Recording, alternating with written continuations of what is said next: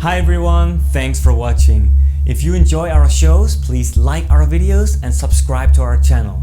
And you can support us by clicking onto our website, ageoftruth.tv.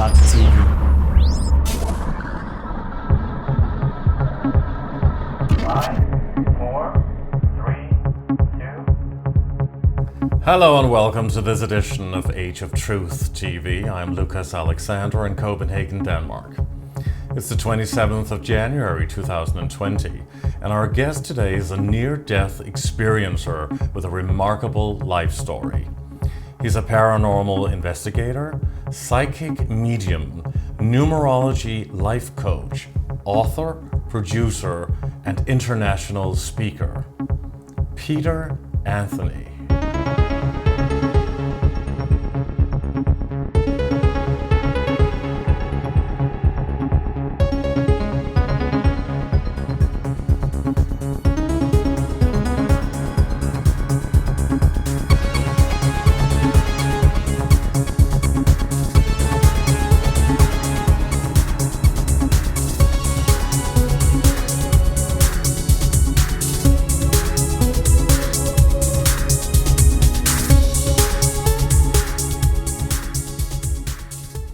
Good evening from Copenhagen, Denmark, and good morning to you, Peter Anthony, joining us from Palm Springs, Los Angeles, California.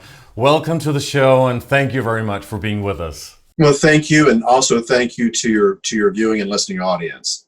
You are a human being who died, and when you died, your soul left the body, where you discovered incredible and unusual things that you couldn't have imagined. So first of all, please talk about and tell us the history of your near-death experience.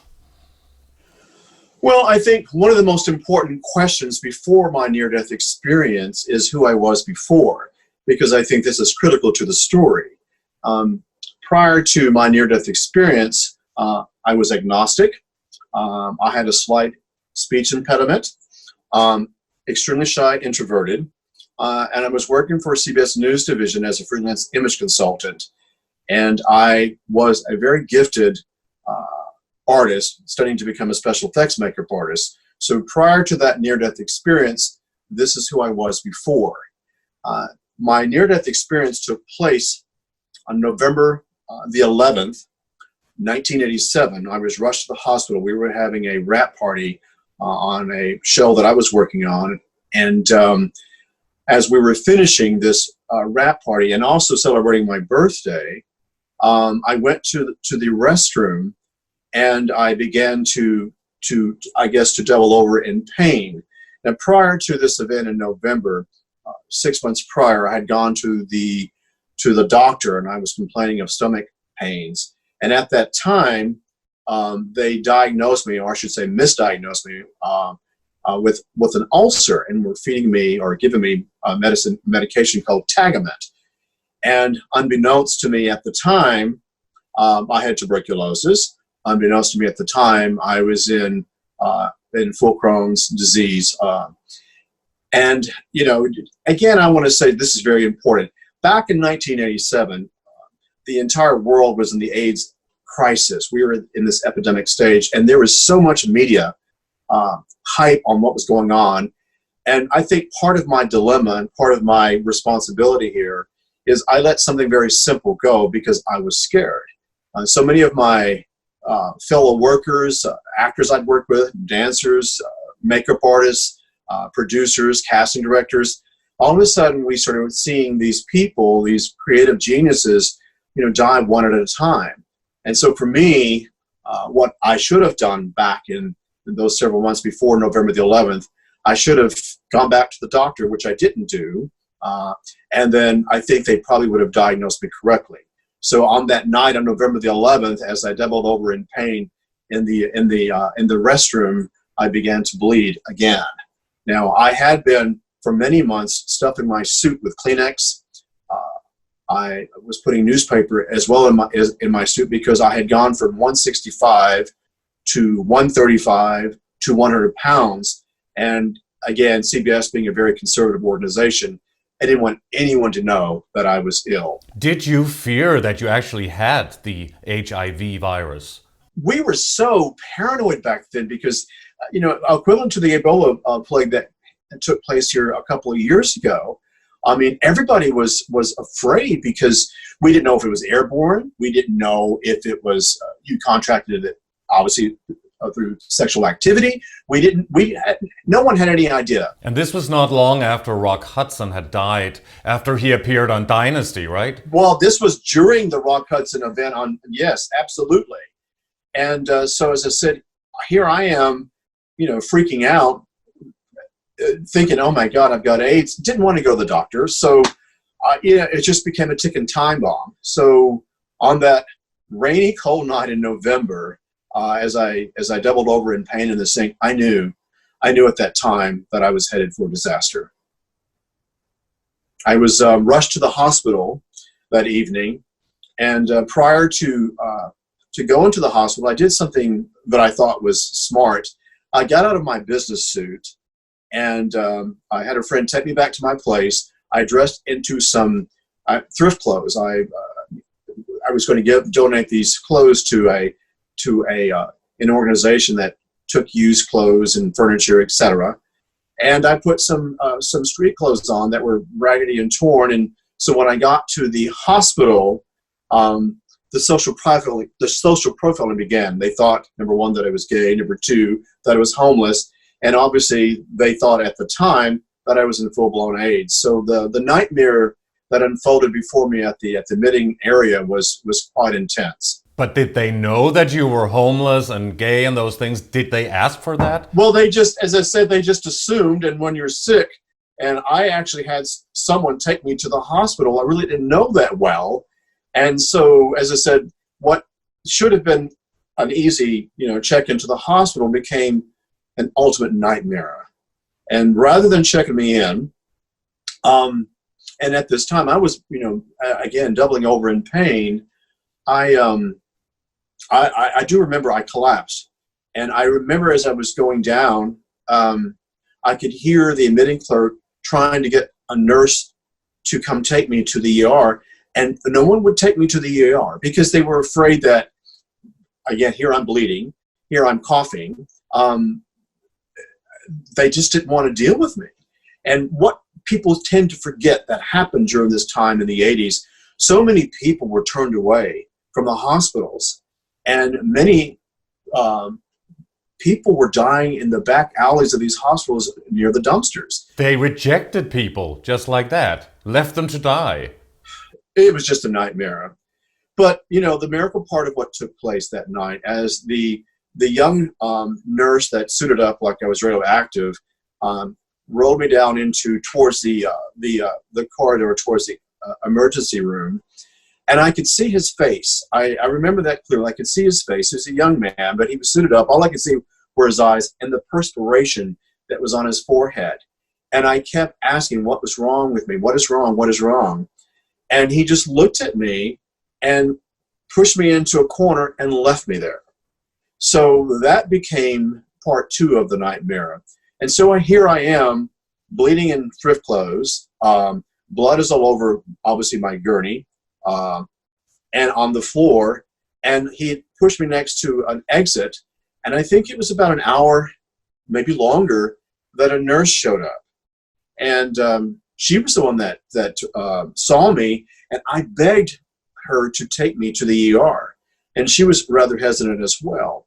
So what happened was that she knew that I was a young man. She saw the fear in my eyes, and it was, at that time I didn't know her name, but her name was Nurse Betty Sullivan, took me to the ER, and part three of the nightmare began because, again, the doctors and the nurses and the medical staff did not want to check me in because here I am again, I'm on a gurney, there's blood everywhere, and I'm coughing. So, people were afraid of me. And I remember what they did. They pushed me into a remote room in the very back, room number 11 it was. And I could hear the nurses and also Nurse Sullivan arguing with the doctors about getting me into the OR. So this was room 11 and it happened on 11/11. Yeah. Wow, talk about numerology. We're going to get into that later. Perfect. Well, do continue. Eventually, as I said, in and out of consciousness and kind of watching all this surreal event take place, I began to go into a very unusual state of in and out of consciousness. I mean, it was at this time that the room began to go into what I refer to as a pause mode, almost like if you put a pause mode on the camera, everything kind of goes still. And I would go in and out of this pause mode, and then eventually I remember it was Nurse Sullivan who went and argued with the doctors to get me to the OR. And again, blanking out, I can't tell you too much. I do remember going into the OR, and I remember the panic faces on these doctors and the anesthesiologists and the OR nurses. You know, here I was again, still bleeding, and it was as though I was this, rabid dog, and I could just feel and see the panic in their faces and the fear. But I remember the anesthesiologist coming over, and because I had lost so much weight and because I had lost so much blood, the IV kept collapsing in my veins, so they had to turn me around. And it was at this time when they turned me around. I remember the last thing that I remember in this OR was, "This is going to hurt." And then it was like 5, 4, 3, 2, 1, and then boom, everything just went still. So did you see when your consciousness, let's just say, left the body, I would assume, did you actually see and hear what was going on in the room? Well, the most incredible thing happened, and I know you've heard, many stories of people who've had near-death experiences in the hospital and or at accident scenes. I hovered over my body. But when I say I hovered over my body, what I mean by that for your audience was that me, Peter Anthony, I guess in spirit form, looked down on the operating table and saw Peter Anthony in physical form. I could hear their thoughts. Now, this is important. I could hear their thoughts. I could hear the fear. It was almost as though I was a wolf or a dog in Alaska, and my senses were just so acute. But I could almost, and I'm not saying this is such a thing, but it was almost as though I could smell the fear in the room. I certainly could sense the fear in the room. And as I'm looking down at me, Peter Anthony, on the operating table, I remember them going to medical protocol, and I remember them slapping the paddles on my chest, stand back, clear. And it was at this time that I felt it was as though there was this thread that was attached to my solar plexus. And I felt this snap. And this is where I felt the actual spirit, soul, leave the physical form, meaning the physical form of Peter Anthony, and I began to float above. Now, interesting enough, in the far right corner, I could see a clock. And below that clock, I could see a spiraling tunnel. And me, agnostic, not believing in anything divine, certainly there was no mention of near-death experiences and or information of that type of experience back then in the 80s. I remember seeing this rotating circle. I call it the bullseye. And I do remember seeing people that I recognize from earlier parts of my life that apparently I understood, I grasped, I, if you will, downloaded, knew that these people had passed because they, like me, were in spirit form. But as this tunnel, this bullseye is rotating, I could see people that I recognized. Well, inside of the tunnel. Outside the tunnel. It was though here we have a rotating tunnel, and on the peripheral, on either side, were people that I had recognized from, an example, like my third grade teacher, Mrs. Bellamy.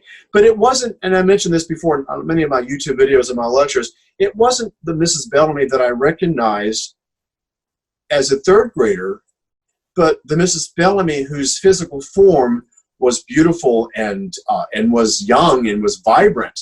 They always look better, don't they? That's what a lot of near-death experiences are saying. Well, it's just one of those things. I think, what I find fascinating about this was that logically, meaning who I am today, looking back at that moment in my life, what made me recognize that this was my third grade teacher? Because physically, this was not the same person that I knew as a third grader. But somehow consciousness allowed me the perception to certainly grasp that it was indeed my third grade teacher.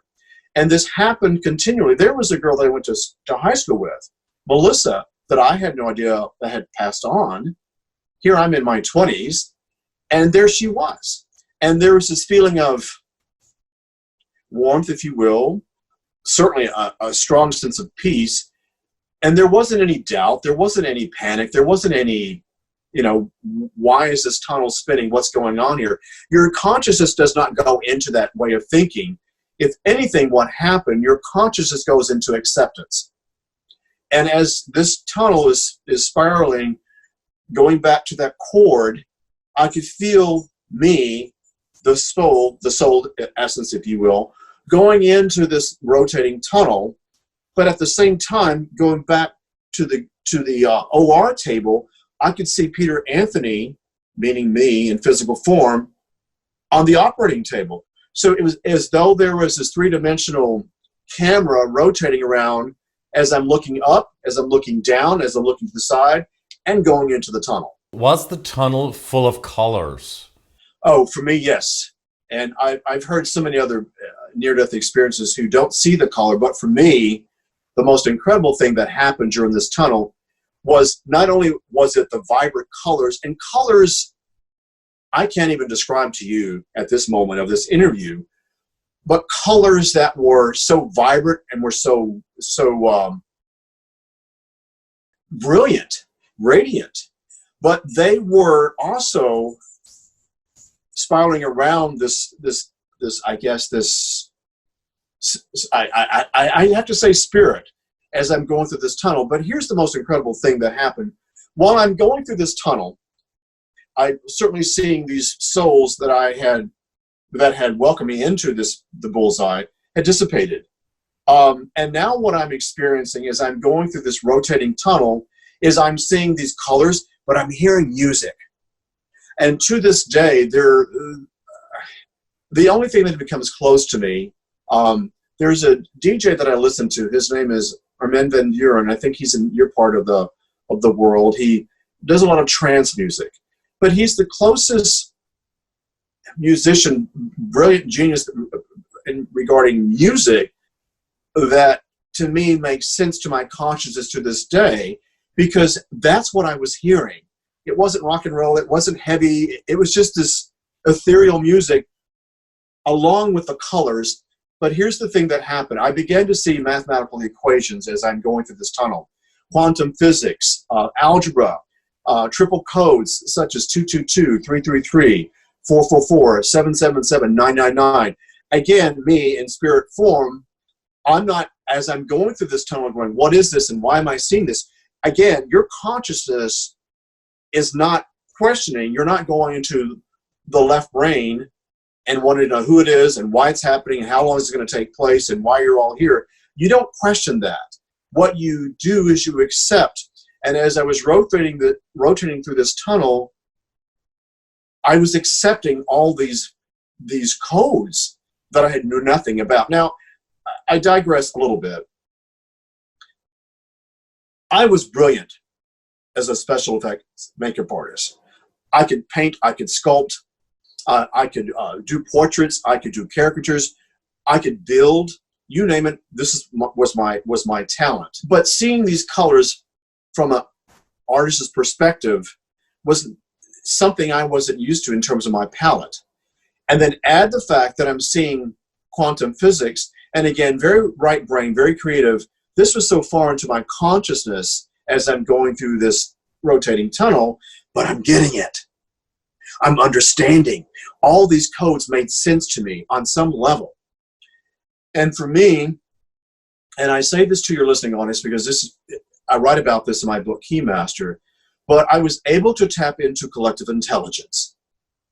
And so imagine the mind of Darwin and Einstein and Tesla, your English professor, I mean, your art teacher, however you want to categorize it. Just imagine the brilliant minds of these geniuses, as well as all your teachers, downloaded into your consciousness, and I'm getting everything.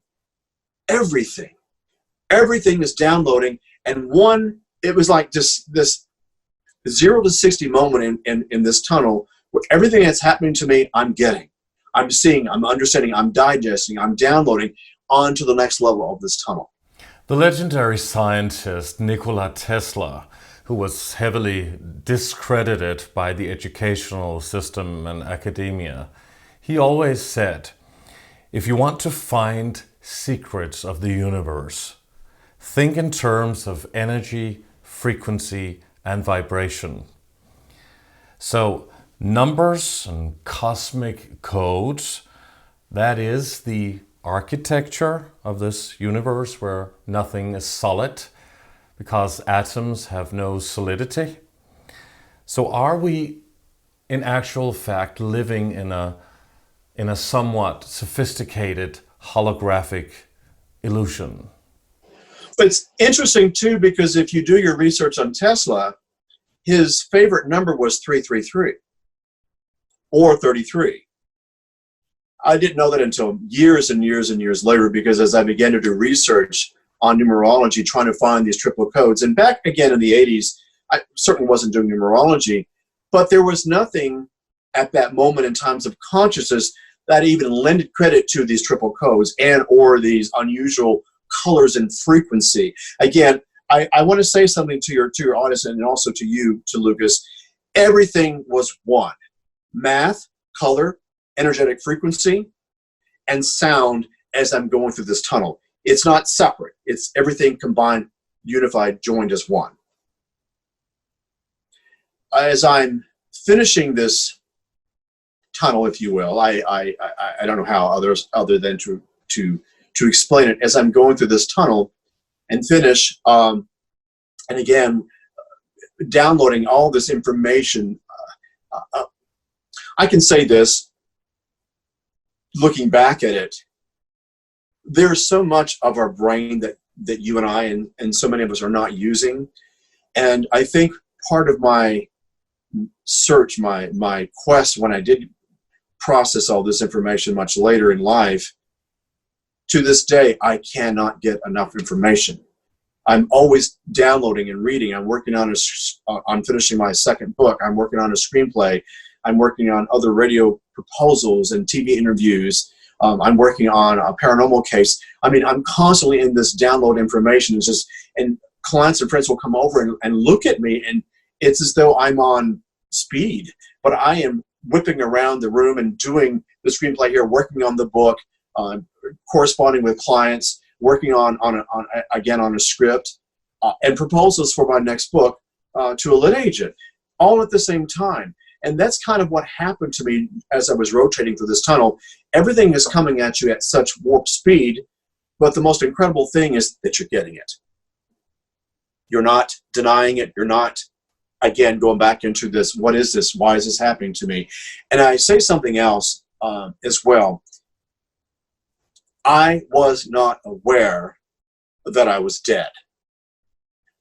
What I'm aware of is that somehow or another, I'm spinning through this tunnel. You know, it's almost though you've gone to a movie and you're sitting down and watching this movie, let's say a suspense movie or a spy movie, and every scene, you're not second guessing, you're just accepting and you're watching, and you as a participant are gladly going along to every scene. And did you see the life review that a lot of people talk about? This is what happened. Once I got out of this rotating tunnel, and this is where so many people question and doubt. It took me years to digest this and accept it as a truth reality. I ended up in a tree. And this is where I sat in this tree.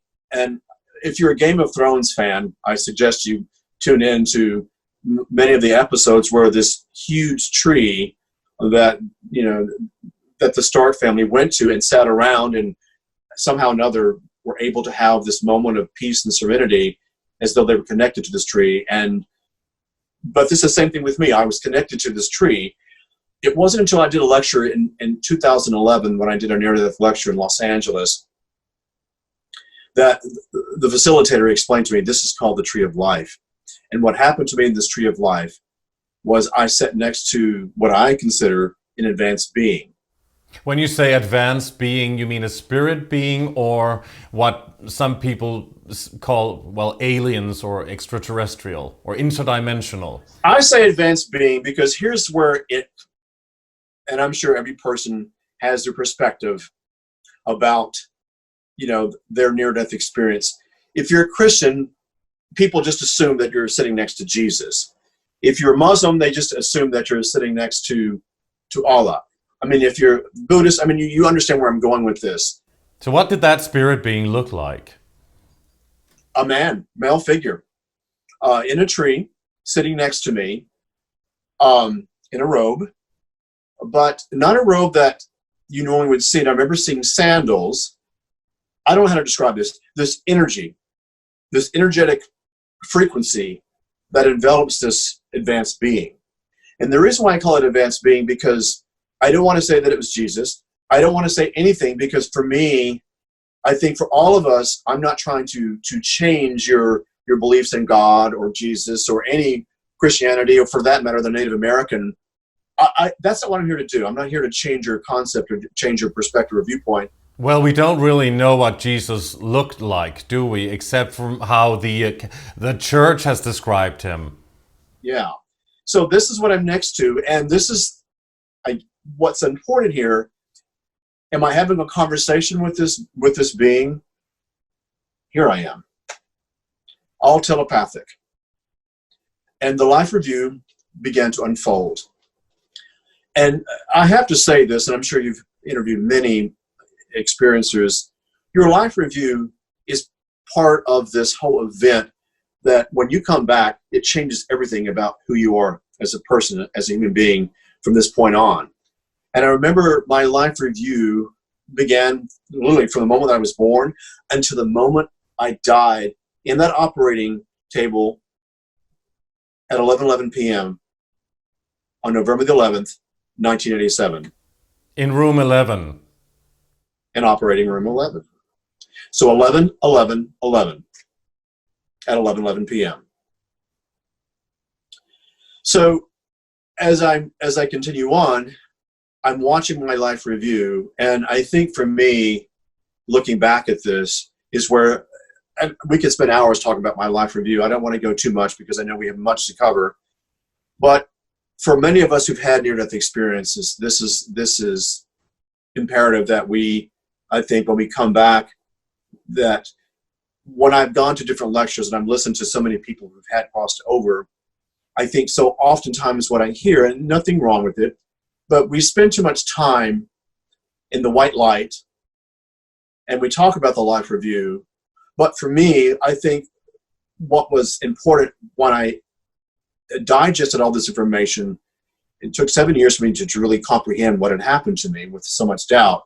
But for me, I had to do something with this information because of my life review. And so very quickly, you know, from the time I'm being born to the time that I die, your entire life flashes before you. And every moment, every second, every split second of your life, every person that is in your life, you think has nothing to do with your life review. But I kind of phrase it, or even frame it, if you will, that every person in this world is the star of their particular movie. And if you know much about the movie industry, if you watch The Lord of the Rings, or if you watch certainly Game of Thrones or any amazing movie, a movie is not anything without its extras. And so all those people around in the background that you think are nothing more than peripheral, you know, people passing by in your life, they are not. Every person in your life serves purpose to your consciousness. And so as I'm watching all this and seeing myself, you know, playing in a park or at school or wherever this was, again, every moment of your life is recorded like a matrix. It's in your, personally, I can't say this, that I know this for a fact, but it makes sense to me. Everything in your consciousness is recorded.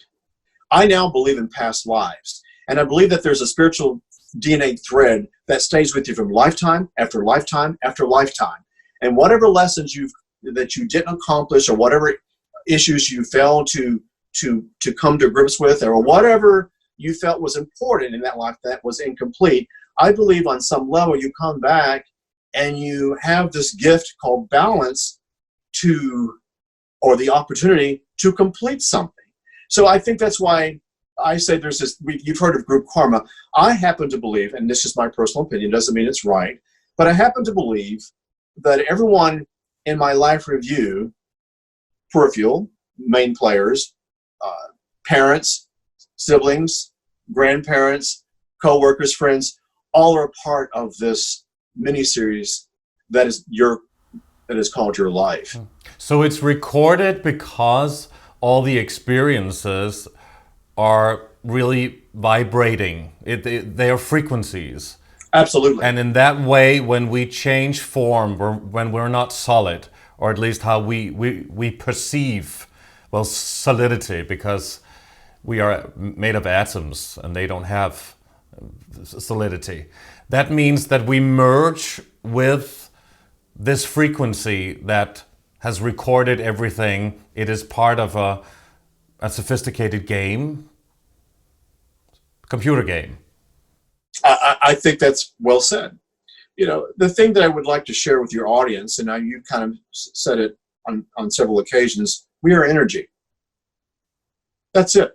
When you're crossing over, you're not in physical form, you're energetic frequency.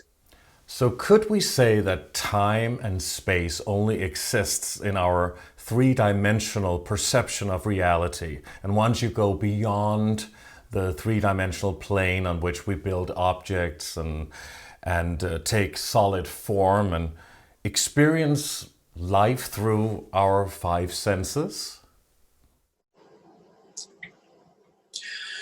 When I finished my life review, and I say yes to you, thank you for saying that. That's amazing that you get this, because so oftentimes when I'm interviewed, what I share here with you, many people go, that doesn't make sense, because again, we go back to that very logical black and white way of thinking. If we can't see it, therefore it's not real. If we can't feel it, therefore it's not real. I learned that there is no such thing as black and white.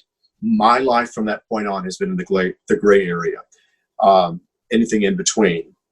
As I finished my life review, I comprehended that everything I did, good or bad, I didn't see it so much as sin. This is where I think this is very important.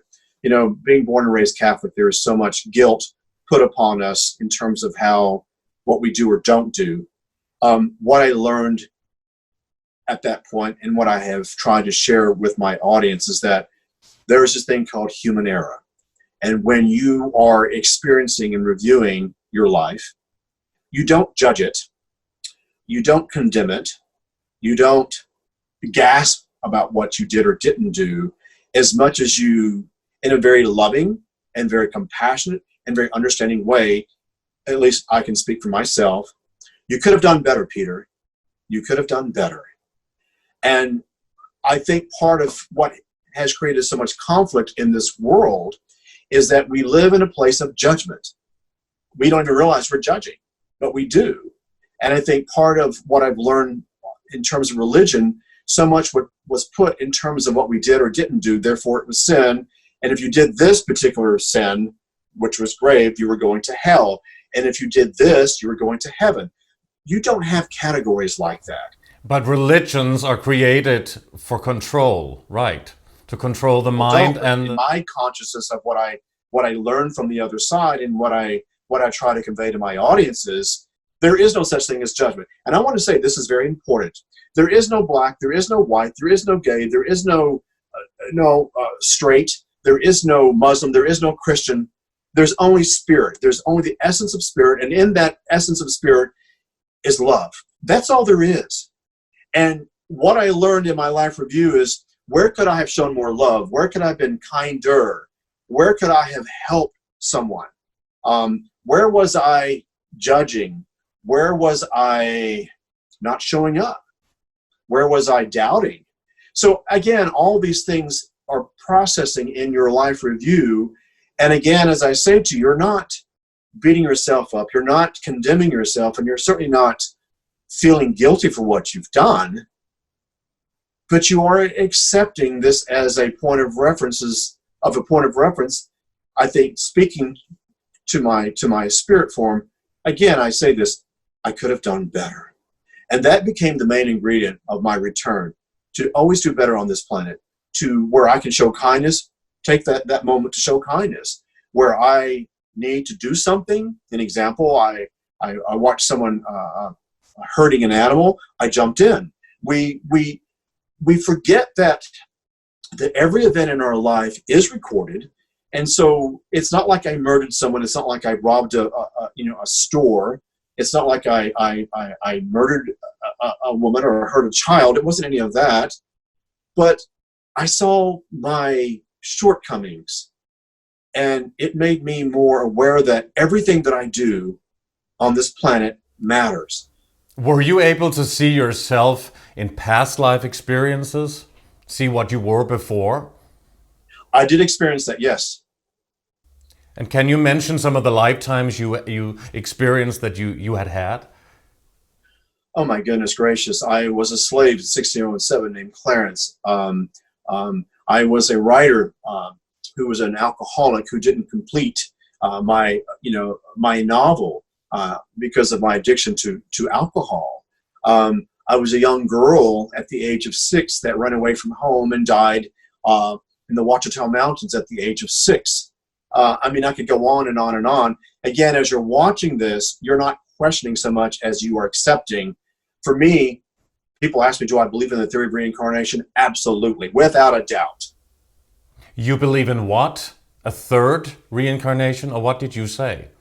I said I believe in the theory of reincarnation. I believe that all of us on this planet have all lived on this planet before. So are we living in or within a matrix? And how would you describe a matrix? Oh my God, such a loaded question. Again, I like to kind of use, being in the television film industry, I like to use the big screen as my chalkboard. Well, they put everything up there, even things that only happen later. Well, it's almost like as we're doing this interview, we have these little cubicles where there's information, and I don't want to reference the Matrix, Neo and his connection to his world, but the Matrix came pretty close to describing what I experienced on the other side, because as I'm sitting in this tree watching my life unfold, every moment, every second, I'm looking out into a stratosphere space of everything of my life just unfolding. So the Matrix for me, going back to sound, going back to color, the colors I experienced and the colors I don't want to say this. Your senses, we hear of all of us having our, 6 senses. That 6th sense being the intuition. I happen to believe, and again, I have nothing to back this up, but just my world of being a paranormal investigator. But I happen to believe that there's a lot more than 6 senses. How many do you think there are? It's been said that we only use 10% of our brain.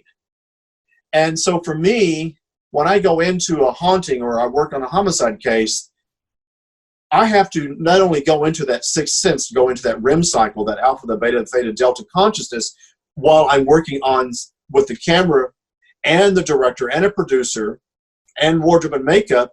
I do a split screen reality, and that's kind of what the Matrix is. It's a split screen reality where your life is unfolding as the now, as the past, as in the present. Well, it's all in a box, right? Because the Matrix is like a box. Everything is confined or perhaps even trapped in a box. And perhaps we would want to get out of that box at some point. Well, I think, again, not trying to turn it into a logical equation, but I think what you've just said, comes close to describing it. And if we are living in a matrix, are we also living in a multiverse, perhaps an infinite number of parallel universes? The thin veil, and the Native Americans teach this, where earth meets water, where land meets sky.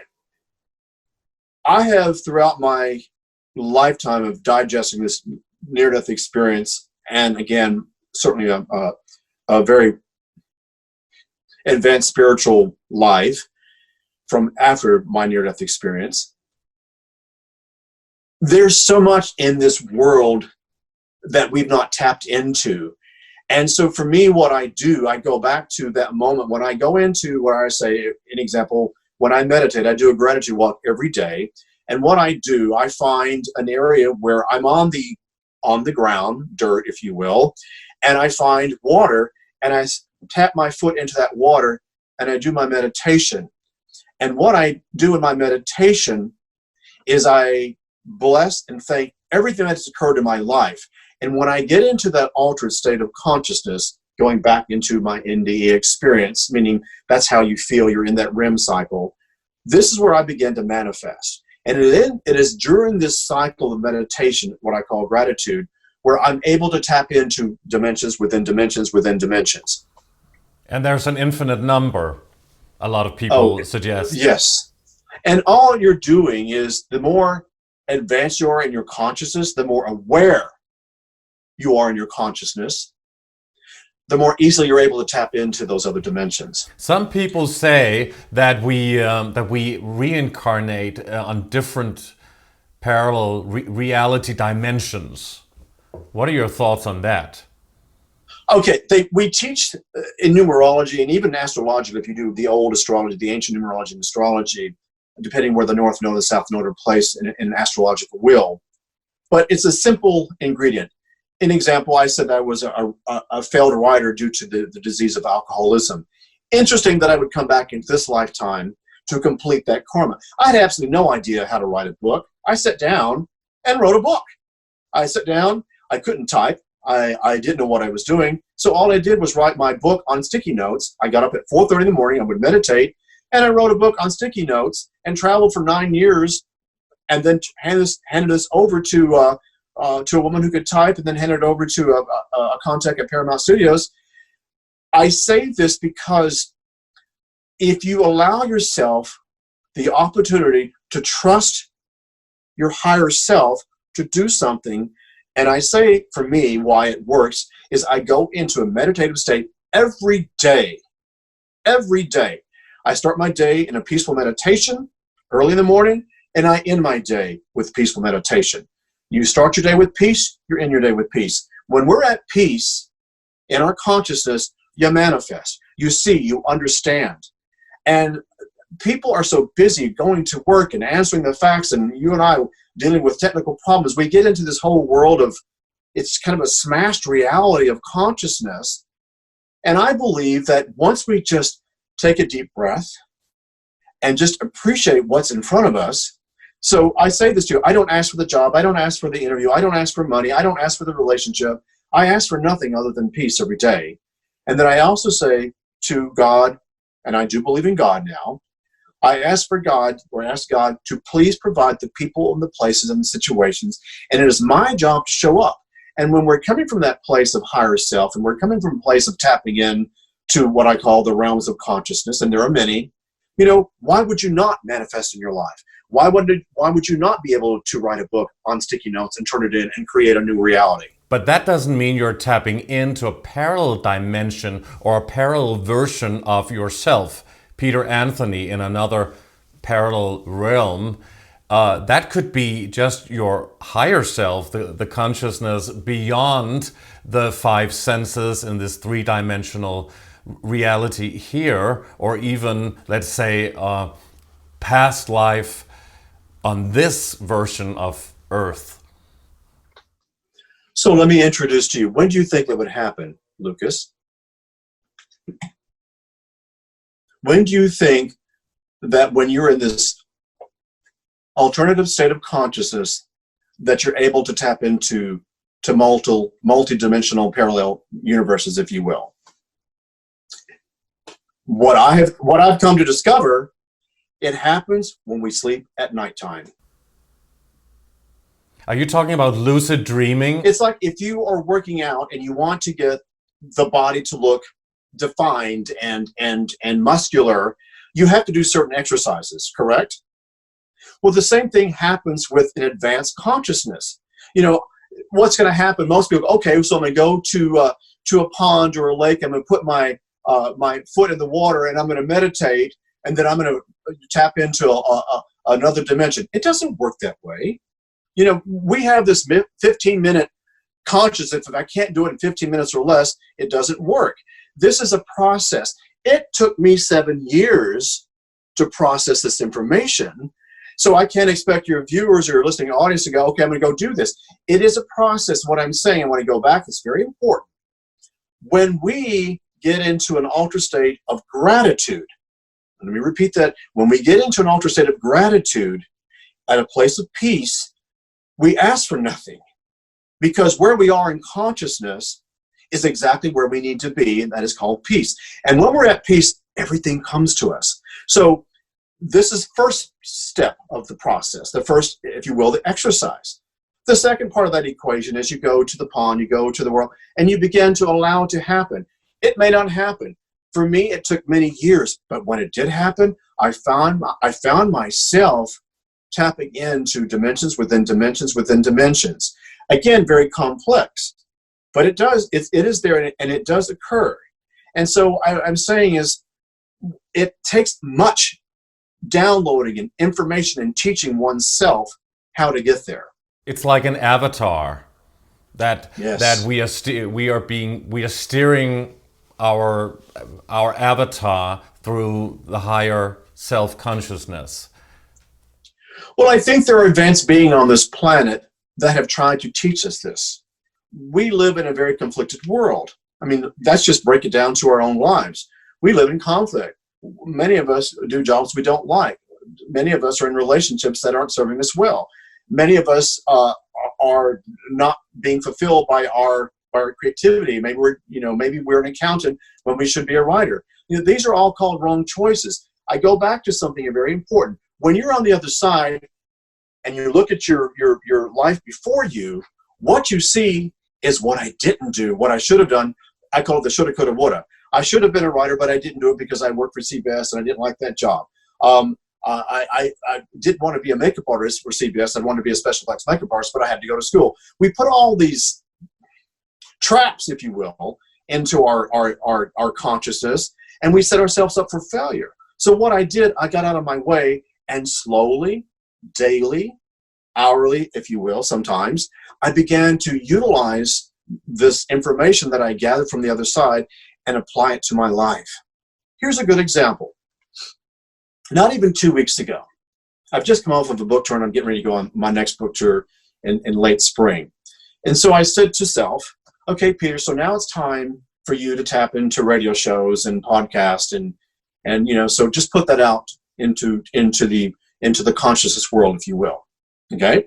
So I went to my Thinville, my where land meets air, or land meets water. I sat there and I meditated on this. I said, provide the people, the place, and the situations, and I send this off to you. My purchase order out to the universe. And what I said in that PO, that purchase order out to the universe, okay, God, I need some radio interviews because now I'm at this waiting period of nothing going on. And so, therefore, I allow myself to accept. I don't doubt. I don't say to myself, okay, how long is it going to take? When's it going to happen? I don't do that. What I do is I put that out to the universe. Again, my purchase order out to the universe. I go out into my world and gladly wait for it to happen. When you tap into consciousness and you believe it to be, why would it not? You know, it goes back to that whole thinking of what The Secret tried to convey to the planet. Thoughts do become things. Well, what they failed to mention to so many of us is that if you are coming from pure intention, yes, these things will come to you. But if you're just coming from a place of, I need a TV interview and I want this, and I've got some time off and I don't want to be bored, that's not coming from higher consciousness. That's coming from a lack mentality, because what you have isn't enough. But they also focused a lot on the power of thought in the mind, but they forgot to really focus on the frequency of the heart. Yes. Because that's a stronger frequency than thoughts. I say this to the people who come in and to my lectures, and it's a very simple little passage. The journey from heart to head is the longest journey. So what I do is I'd rather come from the heart than the head, because when I'm coming from head, I'm in this back and forth tennis match of what I call the committee. Well, how long is it going to be before I get my next interview? And what if they don't pay me for this particular lecture? And you see that back and forth in your conscious serves us not. So for me, it's very simple. I put out to the universe what I feel is my piece of the pie, and I send it out. And if it happens, thank you. Thank you so much for this. And I go about my day as though whatever comes my way, I'm already grateful for. So you see, you kind of set yourself up to receive rather than waiting by the clock and when is it going to happen. There's a whole different set of understanding there.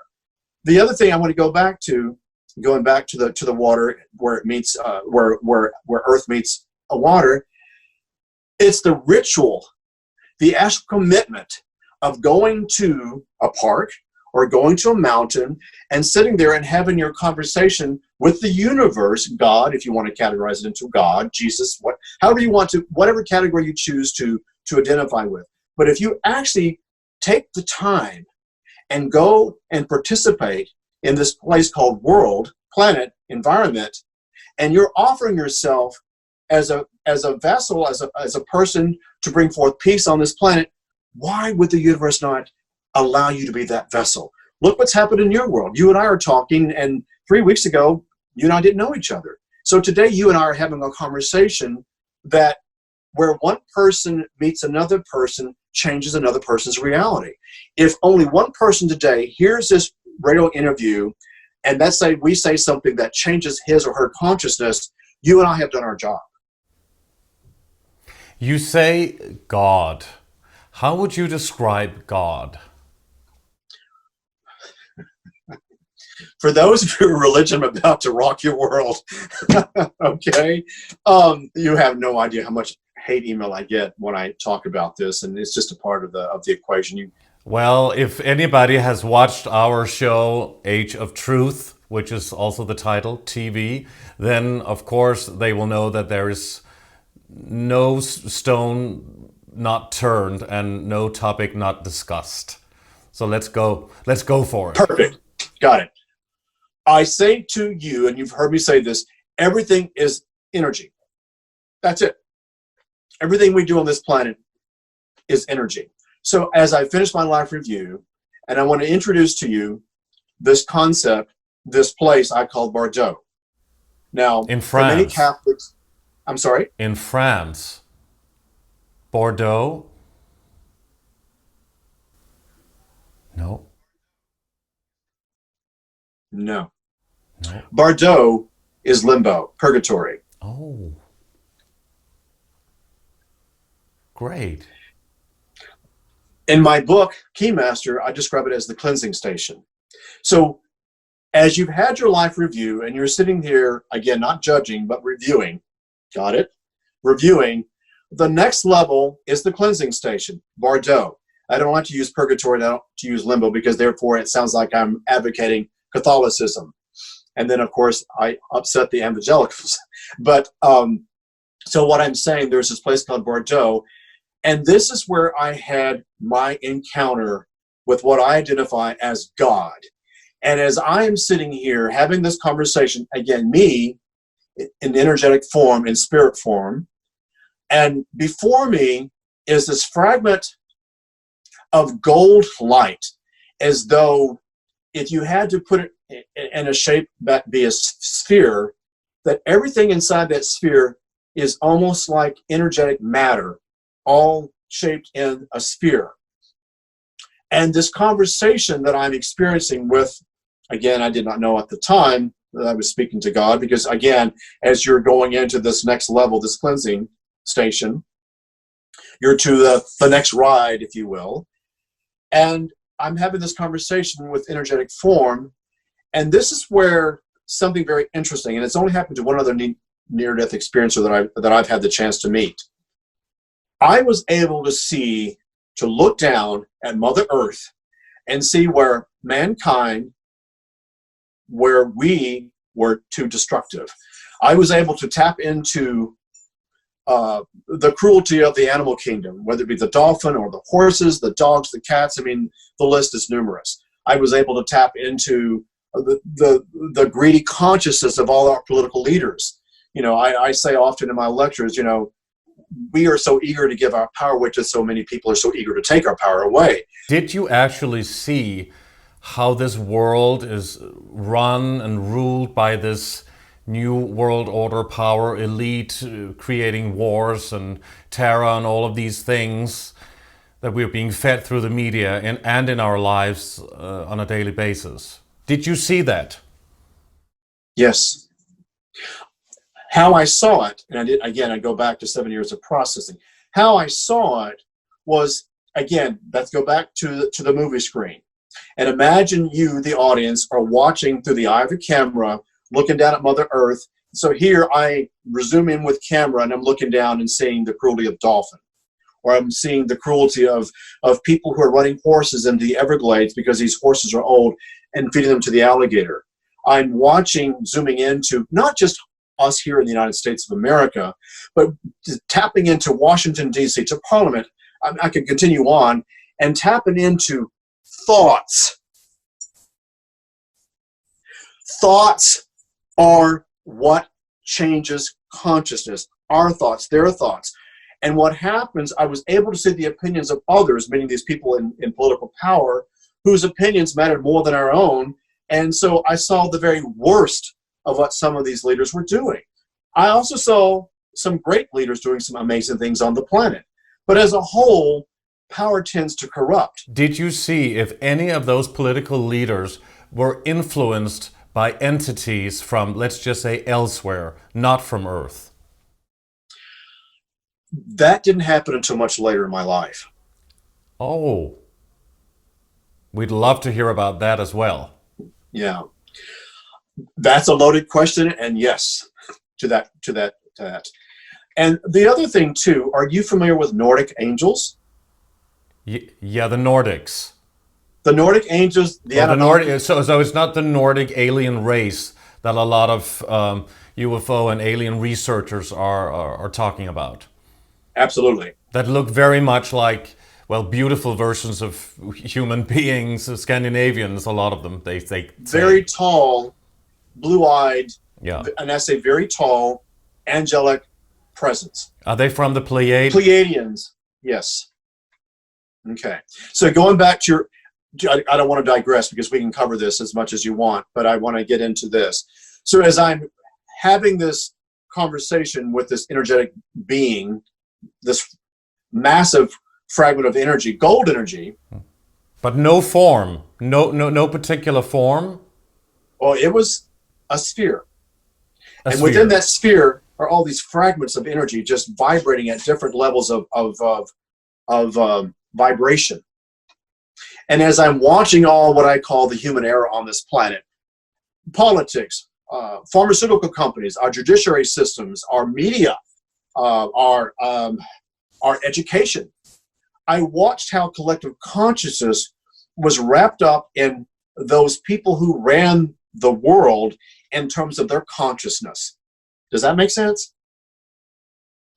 And as I'm watching all this, again, me being third person and reviewing, again, I'm not judging and going, oh my God, this man is a horrible president, and this senator over here is just so corrupt, and this World Health Organization is doing so many things that I just don't agree with. You're not doing that. You see, it goes back to what I said earlier when you're going through your life review.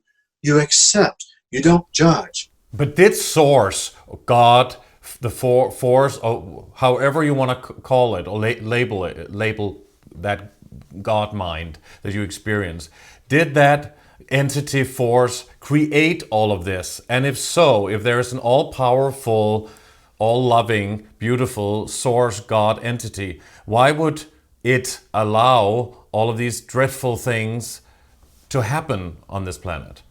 We are allowed to do things, and what we tend to do is we tend to blame God, we tend to blame the politicians, we tend to blame the teachers, we do a lot of blame. We go back to that thing called judgment.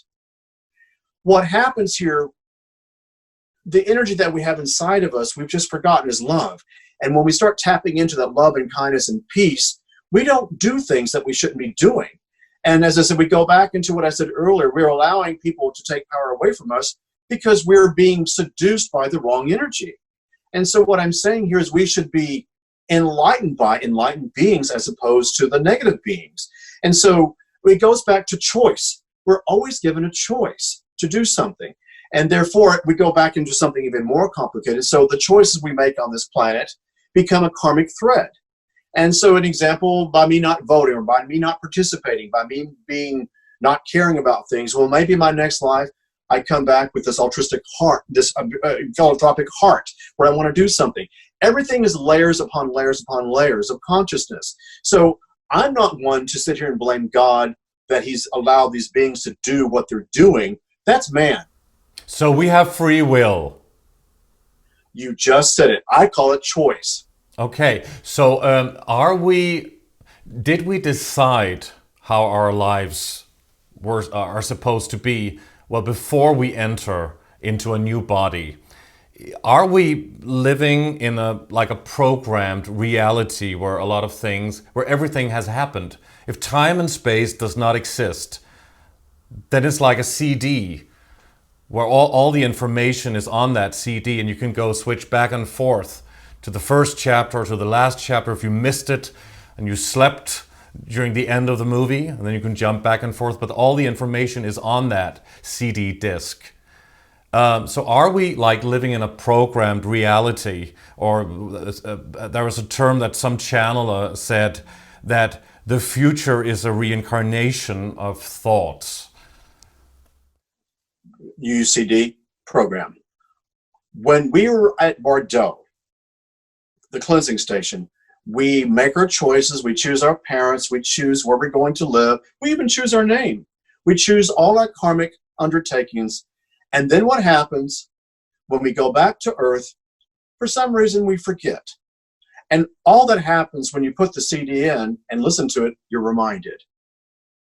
And we're constantly reminded, going back to what I said earlier, the more you tap into the higher self of consciousness, the more music plays and the more you understand what you're hearing. So I take it down to a very simplistic form because here's how it works. We live in a very complex world. The tenets that have been given to us are very simple. Love, kindness, unite. That's it. That, if I had to break it down, that is it. And I really want to get that to the audience because what we do, we complicate everything. And if we take this down to a very simple ingredient called, today I come from love, today I'm coming from kindness, today I'll help a homeless person. That very ingredient raises our consciousness. Therefore, you attract other consciously enlightened beings, and so on and so on and so forth. And as you're doing this, you're constantly downloading that CD and listening to, this song is about love, and this song is about the planet, and this song is about helping. I mean, every day we're downloading information, but we're being taken away from that download by negative thinking, bad relationships, working in something that we don't enjoy or love.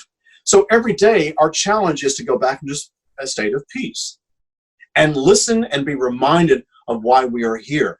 All those choices are made on the other side before you arrive. It's a constant attention grab, right? People are more interested in who's winning Dancing with the Stars or on some reality show, whatever they're doing there. But I want to, you bring something up that's very important. I really want that. Thank you for bringing this up. This is amazing. We go back into a consciousness of number one. You have to be number one to get the Dance of the Star, $1 million, however much it is. We have to be the number one football team. You have to have the best-selling, book. We are sold a sales mentality, and we are constantly, as just normal citizens on this planet, trying to attain that number one consciousness when that by nature in itself is the wrong consciousness.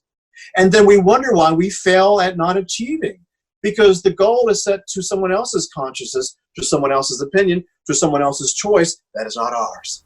It's competition programming. It is, absolutely. So reincarnation, why is reincarnation and the process of recycling souls a constant reality within our matrix dimension?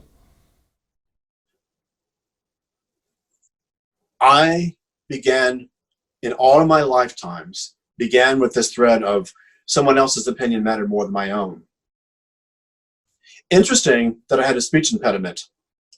And when I began to research my own chart, I noticed that throughout my lifetimes that my tongue had been cut out because I didn't speak up.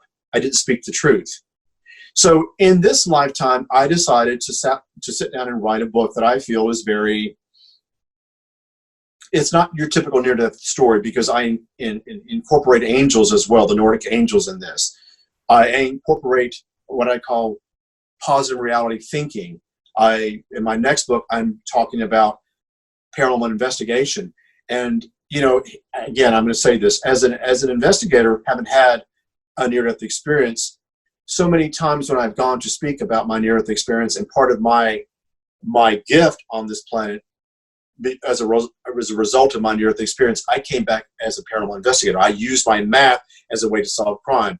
Well, what I have come up against, so oftentimes in the near-death community, is, oh my God, he's now a paranormal investigator, and they have this judgment about me, so therefore, when I go to certain events, I'm not allowed to talk about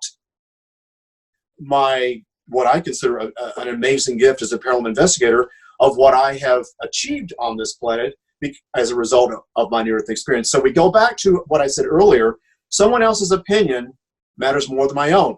Going back to that reincarnation thread. But the biggest fear people have is the concern and the fear of what other people think. Judgment. It's what I said earlier. We live in a world of judgment. We live in the world of someone else's opinion matters more than my own. I don't do that anymore. I don't vibrate to that energy. It is so far away from this part of who I am as a person on this planet today. What matters is what I think. What matters is what I do. What matters, not from a place of selfishness, but what matters is how I'm able to, day in and day out, raise the vibration of the planet. One person can make a difference. One person can make a difference. And you and I today are having that, what I call that dance, back and forth, where we are getting the conversation. You know, I've had so many other radio interviews, and they just, okay, thank you. So you see, it's about raised consciousness. What's happened in my world, and again, I put out to that purchase order to the universe, when I send my PO out to the universe, I ask for Source, God, universe, to provide the right host who understands my consciousness. Because what good is it for me to talk about what I have learned when it goes to ears who don't get it? And there's a lot of those, huh? Yeah, there's a lot of that. So, as I said, so as you navigate this thing called life, you become wiser with your choices. And as I said, so for me, again, breaking 7 years of downloading information as a result of my near-death experience, I just allow. What serves today may not serve tomorrow. I'm constantly in an evolving world of consciousness, and I try my very best to live by the ingredients of what I saw on the other side. You believe in spirit beings, right? Yes. You also believe that we humans, we are spirit beings. Yes. And we have a soul. Yes. So like everything else in the universe, yin, yang, black, white, day, night, masculine, feminine, expanding and contracting,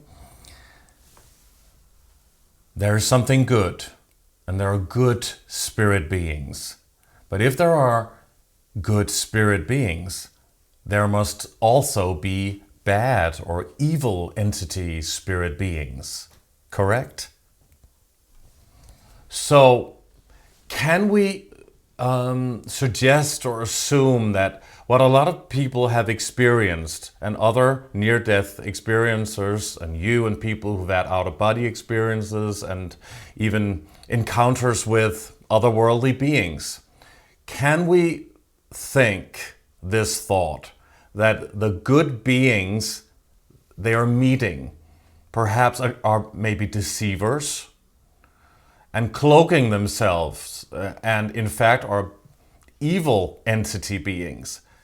The great white light has been described by many near-death experiencers who went through this tunnel of light, saw the life review, went into this white light frequency realm that were filled with love and beauty. And it's also, of course, been described by all of the holy scriptures and books and by spiritual teachers and gurus.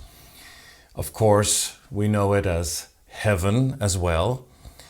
But could this white light dimension, this heavenly realm, actually be a constructed illusion on a perhaps a four-dimensional plane, for example, created as a reincarnation karma wheel, soul harvesting soul trap by entities that feed on human beings' emotions, such as anger, anxiety, hatred, and especially fears.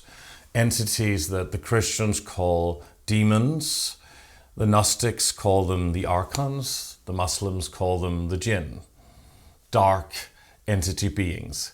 Could they actually be behind orchestrating this, perhaps a white light illusion, in order for human being souls to be forced to go back to Earth, being reincarnated again, take form in a new body, and with a wiped memory?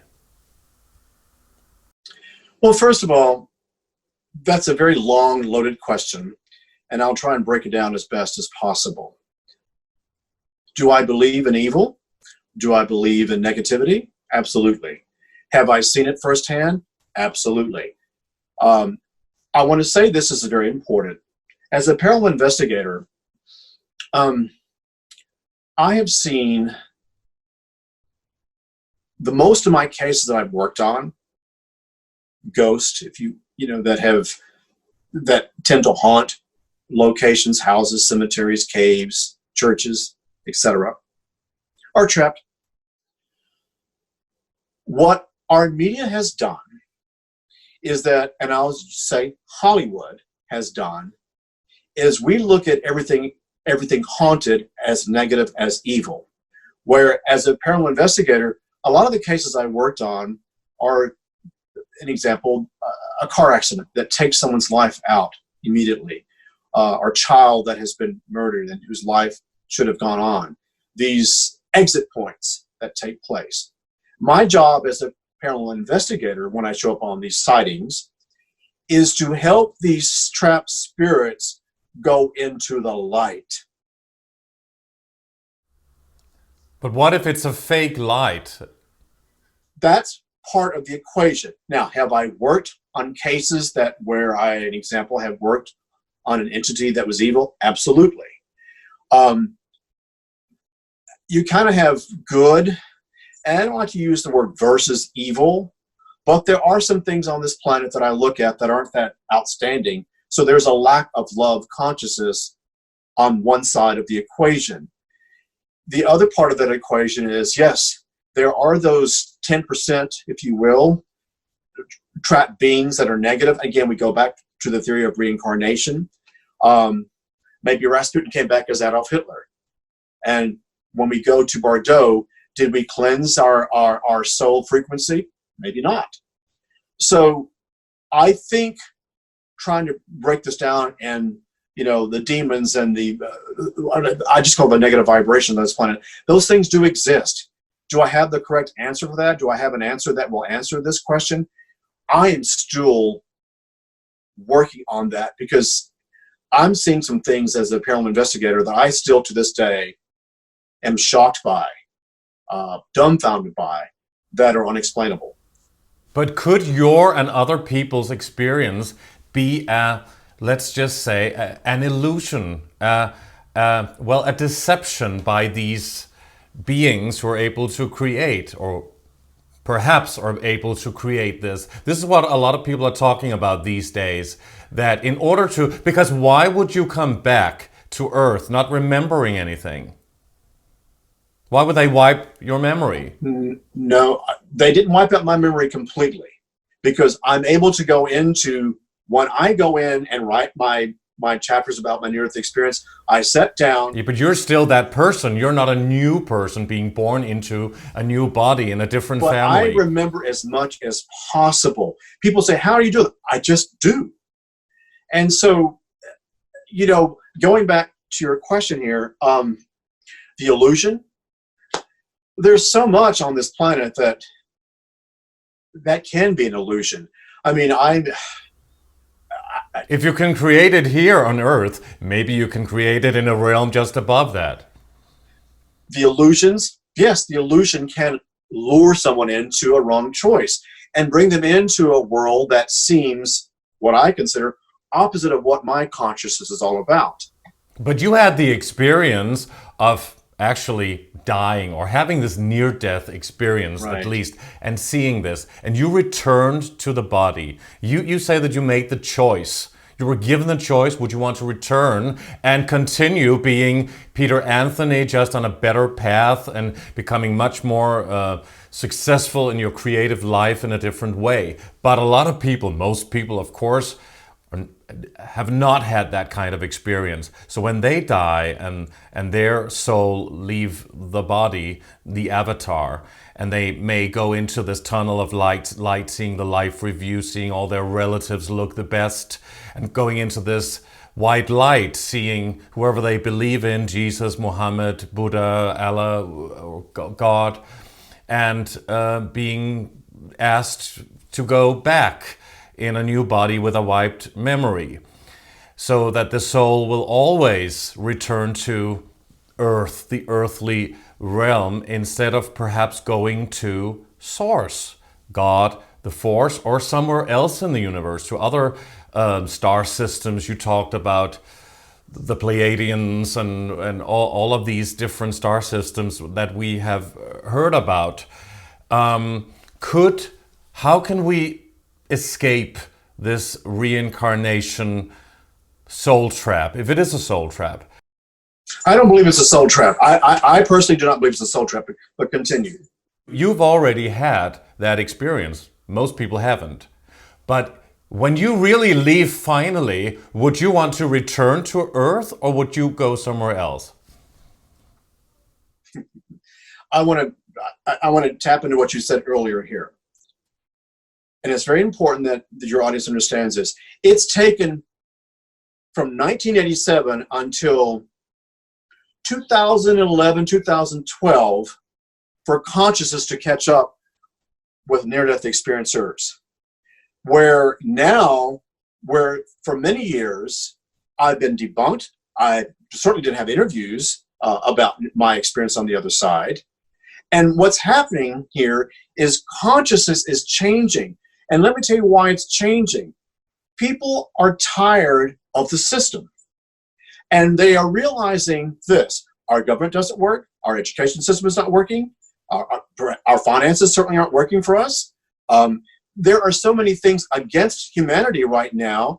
And so there have been a load, if you will, a troop of near-death experiencers who are coming back with the same message: love, kindness, and compassion, and unity. We're not coming back with, all these complexities. Yes, we live in a complex world, but for the first time in years, the medical community is now listening to us. The medical community? Really? Where? Well, I have, coming out in April, I've written an article for the Johns Hopkins Medical Journal about my near-death experience. The first time in my life, the medical community has reached out to me and they want me to share my story of what happened to me on this side. That is unheard of. But they wanted to give you a lot of medicine, right, when you returned. They wanted to put a lot of chemical medicine, well, not natural medicine, into your body. Am I correct? Yeah. Yes, absolutely. And you refused that. I did. And obviously survived. Well, I survived. They gave me 3 months to live. Because of the medications. I knew that what I was taking was harmful to my body. You see, I don't want to use the word reborn, but on some level, I really was reborn. I came back on some level as a new spirit. So what happened to me, I no longer stutter. I still have a slight speech impediment.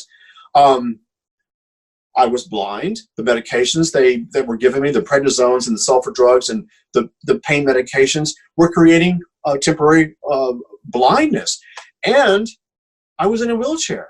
So me, an advanced being, if you will, coming back from my near-death experience, I was able to tap into thoughts at that time, and I began to wean myself off these medications because I knew if I stayed on the medications, I was going to die and not come back and do what I saw on the other side that I had to do. So I did wean it. But yes, going back to something that's very important here, when I looked down from Bardo and saw what the pharmaceutical companies were doing, one medicine was here to heal, but yet created 3 other diseases.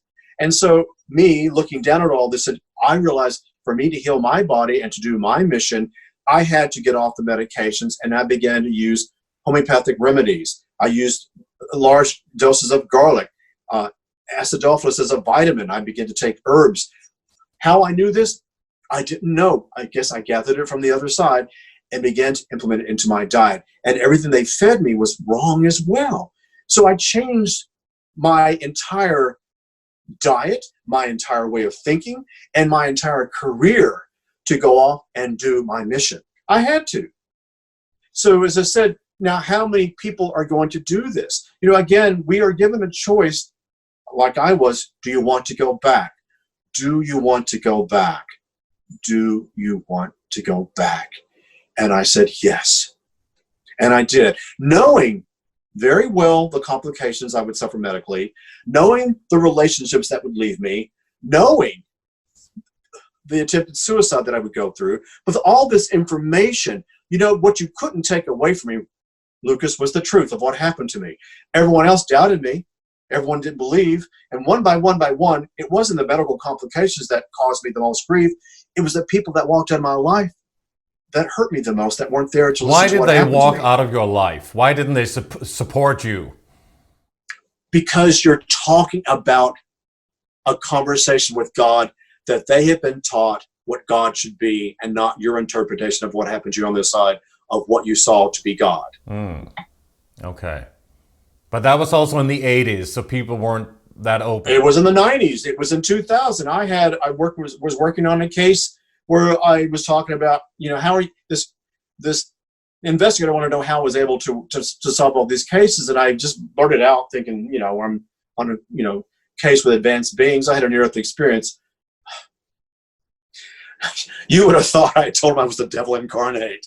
I mean, this man ran away from me, and he said to me, "You really don't believe in this bleep." So I'm taking it to the next level, asking you if this white light heavenly frequency actually could be a deception in order to trap the human being souls. In my world, no.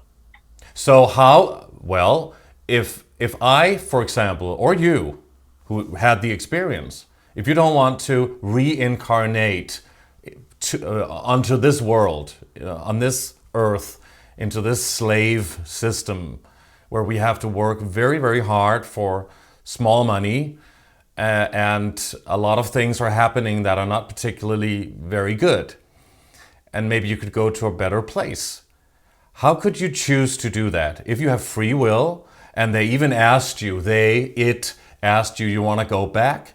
Then maybe next time when you finally do leave, you could say, I want to go somewhere else. How can we do that? Can we escape the reincarnation cycle?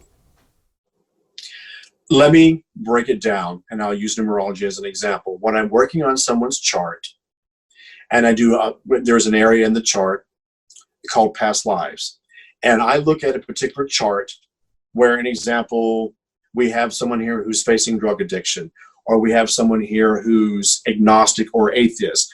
You have someone here who is shy and introverted, or is in the wrong career.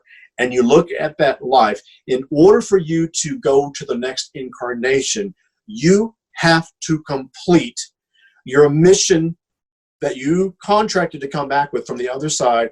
I will complete, an example, to come back as a speaker. I will come back to complete as a writer. I will come back to complete my philanthropic endeavors on this planet. You have to, you say. You have to. These are the areas, again, on the other side. Who's making that decision?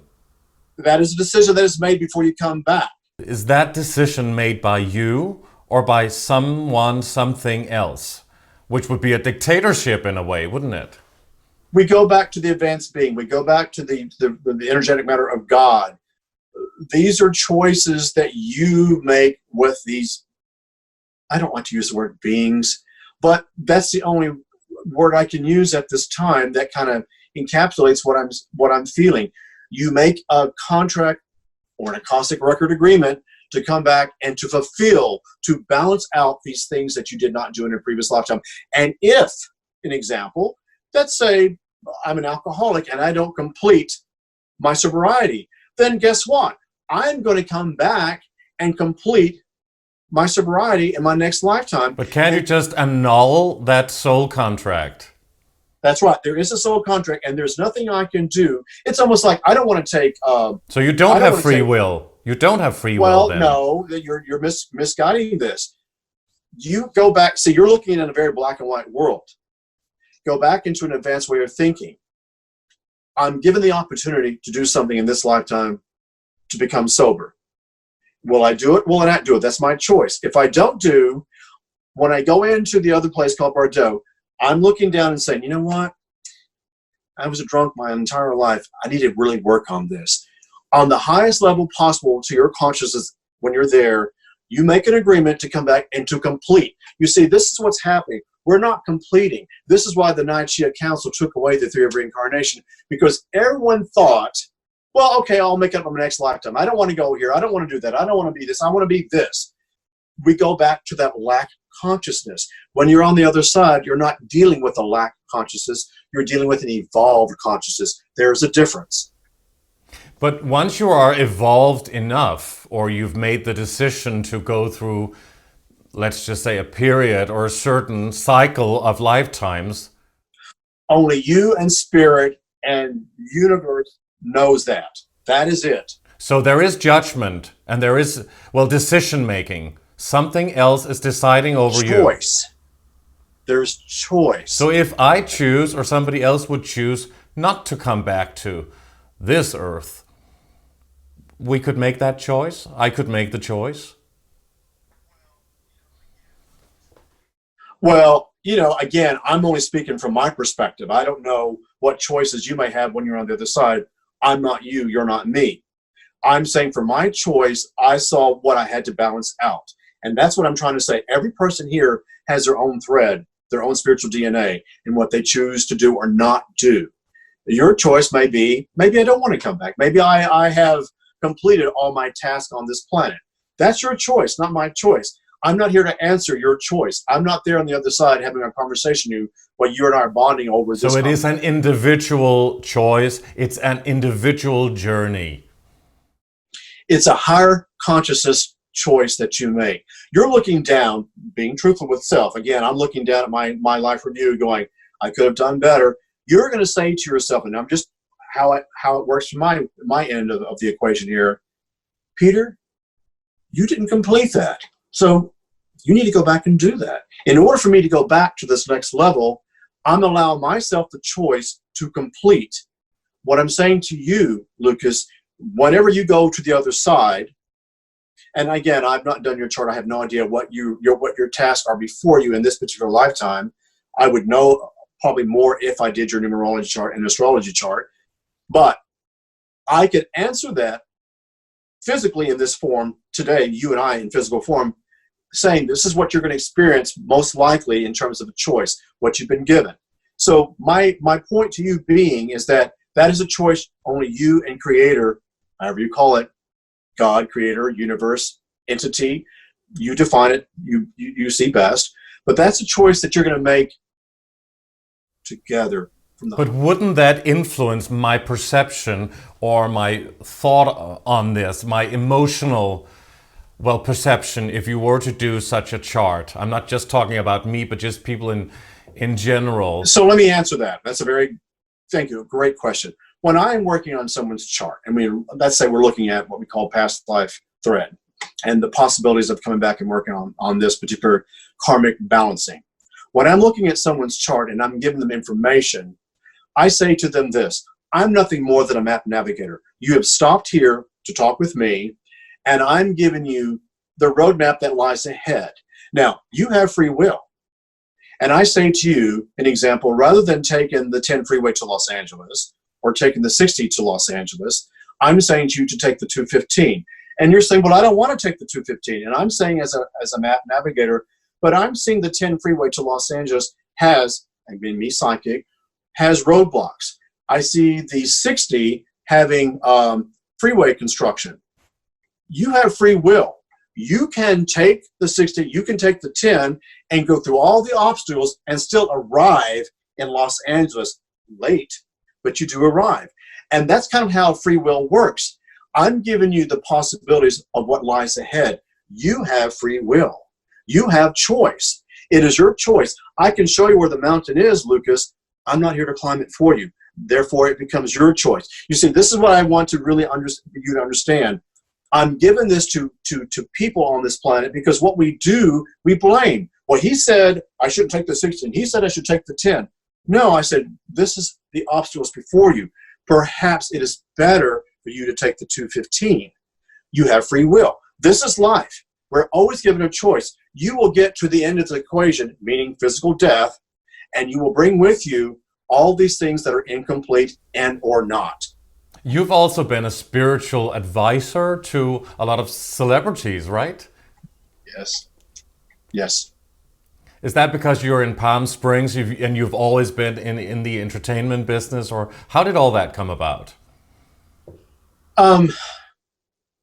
When I came back and got my vision back, my first thing that I wanted to understand was why I saw all these mathematical codes. And so I think it was probably about not even a year later that I began to read numerology books and astrology books. Don't ask me why, but I did, because I was trying to figure out why I saw these codes. And so what I would do while I was working for CBS, I would do free readings on the weekend. And clients would show up. And at first it was the teachers, and it was the janitors, and it was the UPS drivers, it was the attorneys. And then the next thing you know, I had a celebrity would show up, or I'd have a socialite show up, still doing free readings. I was studying. Every person that came before me was nothing more than my experiment of numerology. And as I did this for many years without charging, I landed a case. I had a phone call from a homicide detective that contacted me and wanted me to work on a homicide case that dealt with numerology and special effects makeup, and they could not figure it out. Thus led me to the series Sightings. I solved this case. That led me to more celebrities. It was this ongoing roadmap of possibilities.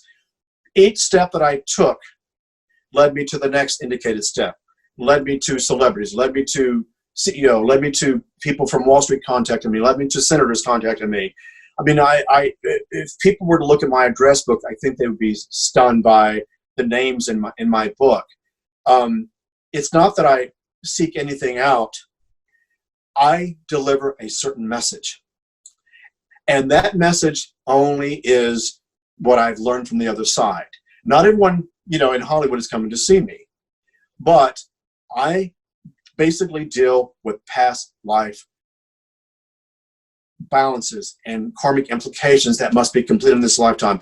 This is why an example that you are getting bad press as a celebrity.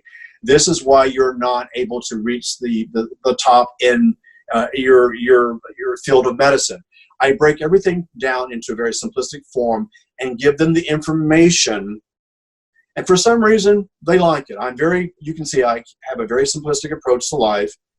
And for some reason, when people come to me, I make it very black and white.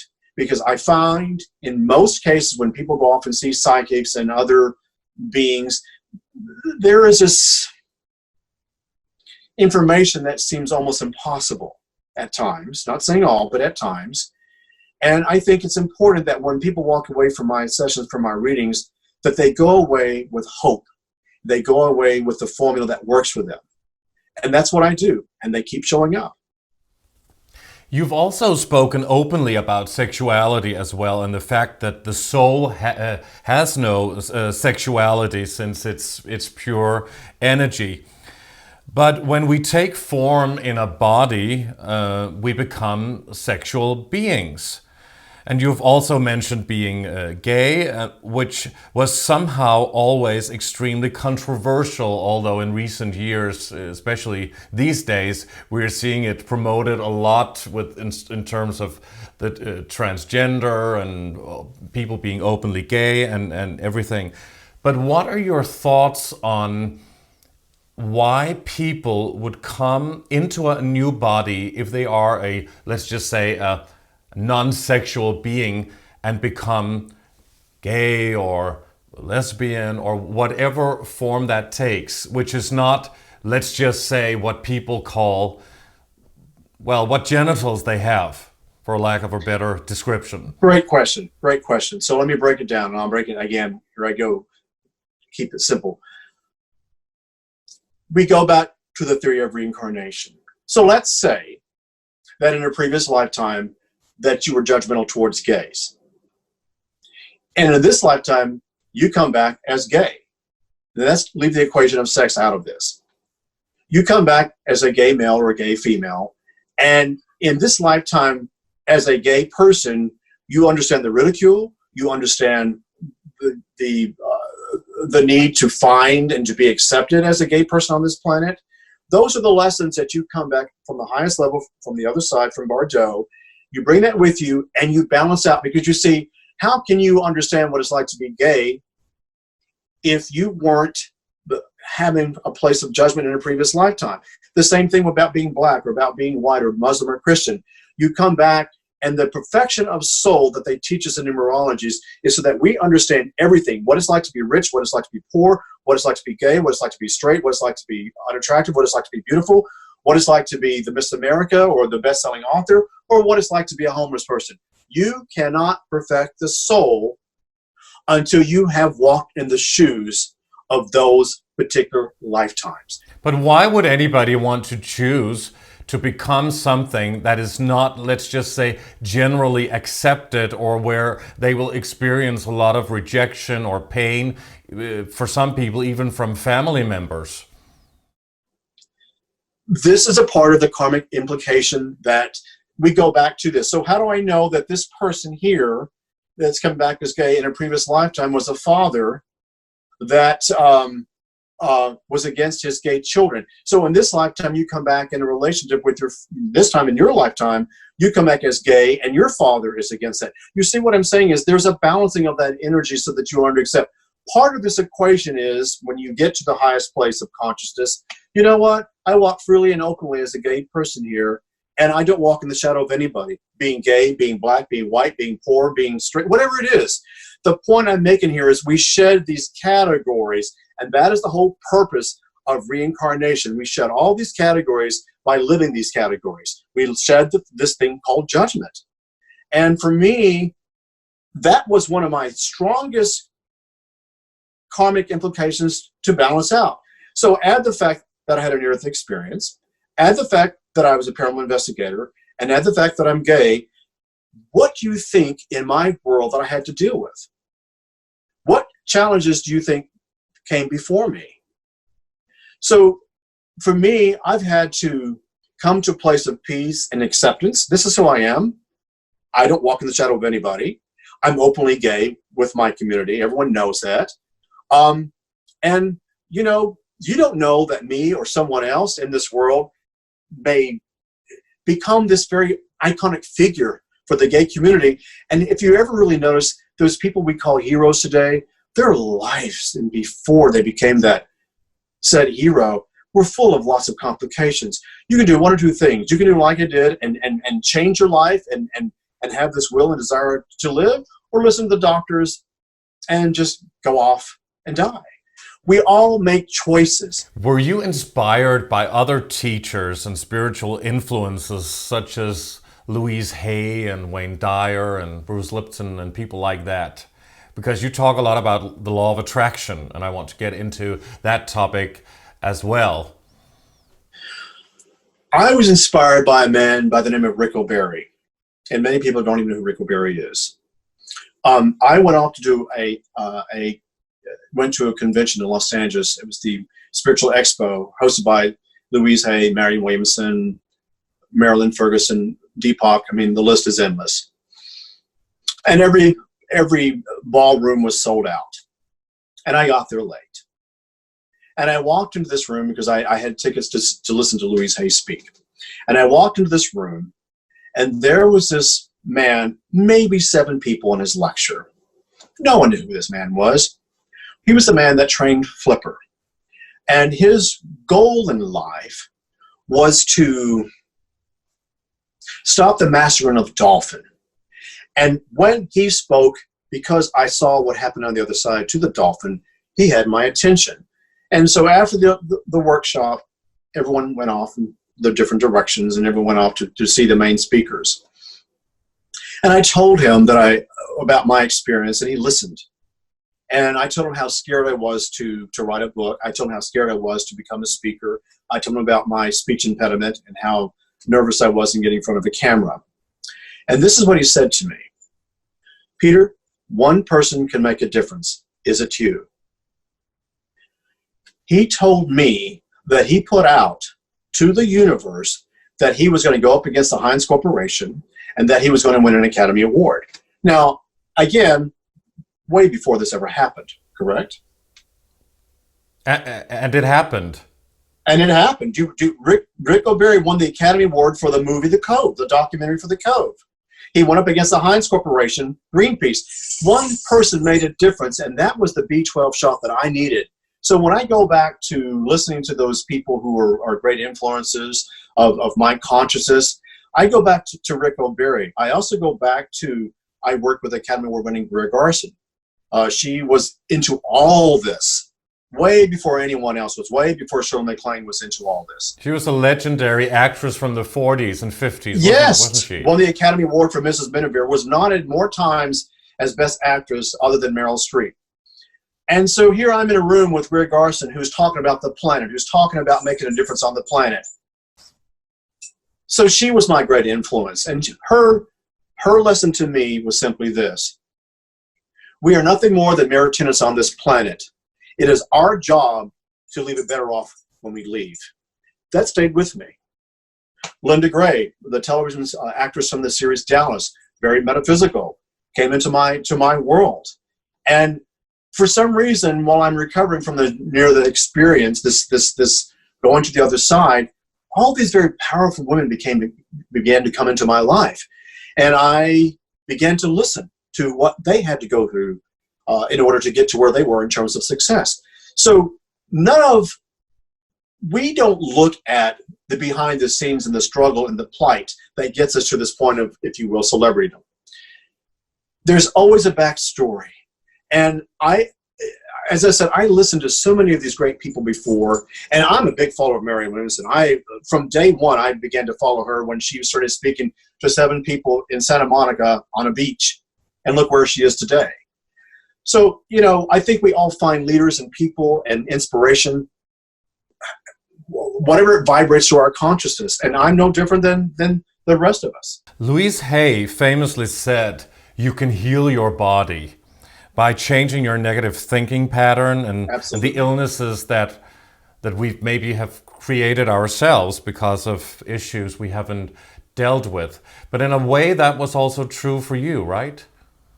When I was in the hospital, one of my dearest friends who taught me numerology would come to the hospital, and this is what I asked her. I said, Nora, what I want you to do is to bring me books on numerology and bring me inspirational books.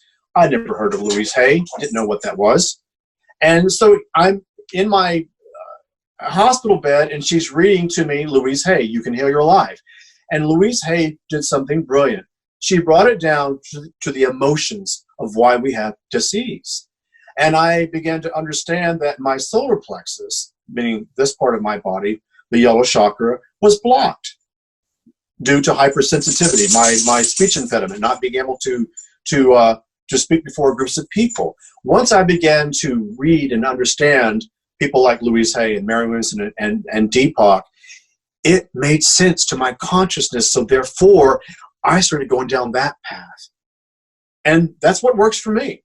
Some people find the Bible. Some people find, other means of inspiration. Some people just go and paint. You do what is best for your consciousness, but do it.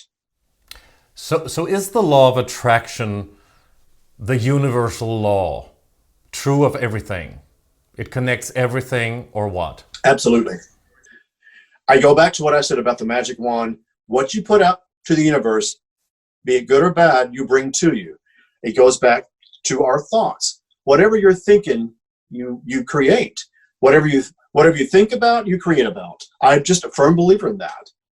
And the reason why I say that, again, going back to the doubting Thomas, I had to go kicking and screaming into the metaphysical world because I'm always the person in a very black and white world who wants proof.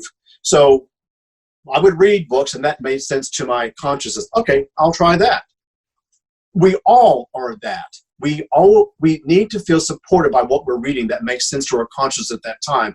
And the more and the more I began to read these inspirational books, the more and more advanced, and the more things began to come into my world, into my success. I never put out to become a homicide detective. It randomly showed up because of math. My understanding of numerology became the very thing, the very vehicle that helped me to solve crime, to help me solve paranormal cases. Are you able to do remote viewing as well? Yes. You are? Yes. Really? Talk about your psychic ability as a paranormal investigator, and if you can include anything about remote viewing, because that was also used by the military intelligence to spy on other countries. If you go into my website, one of the good examples of remote viewing that I did on a show called Borderline dealt with the American concentration camps for Japanese American citizens.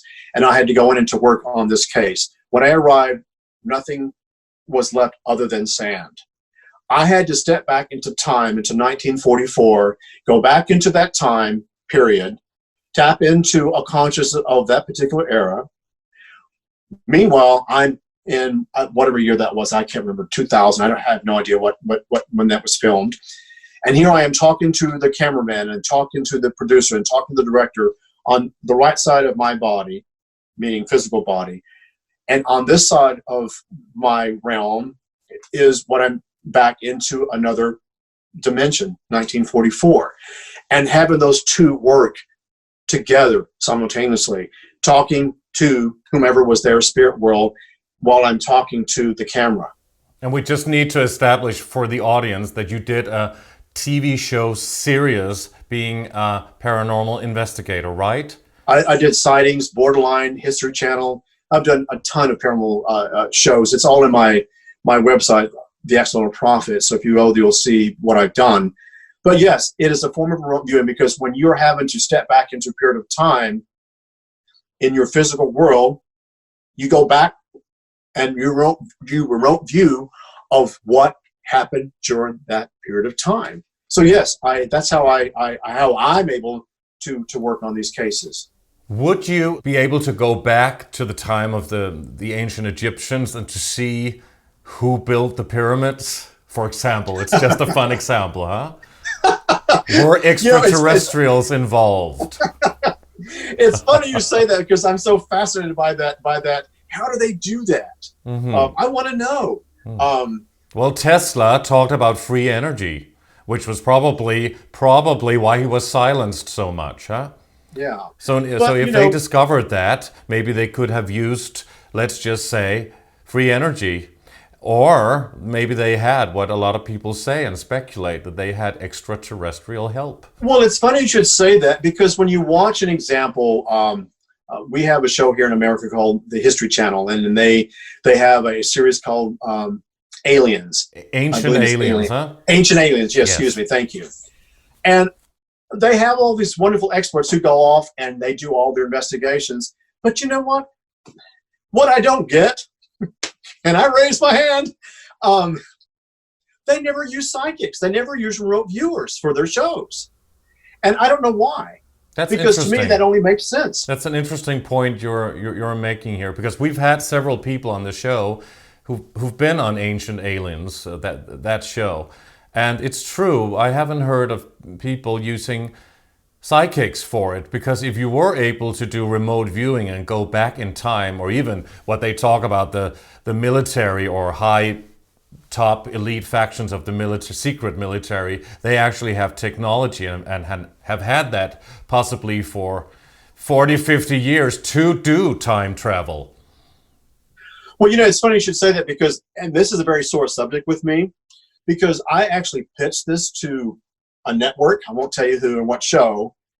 And I mentioned to this person that was interviewing me to be a possible candidate to go on this show. I said, you know what? If you go into my website and look at some of the cases I've worked on, I have gone back into past parts of history and have worked on this. So I suggested to this particular producer, hire me, please. And they said no.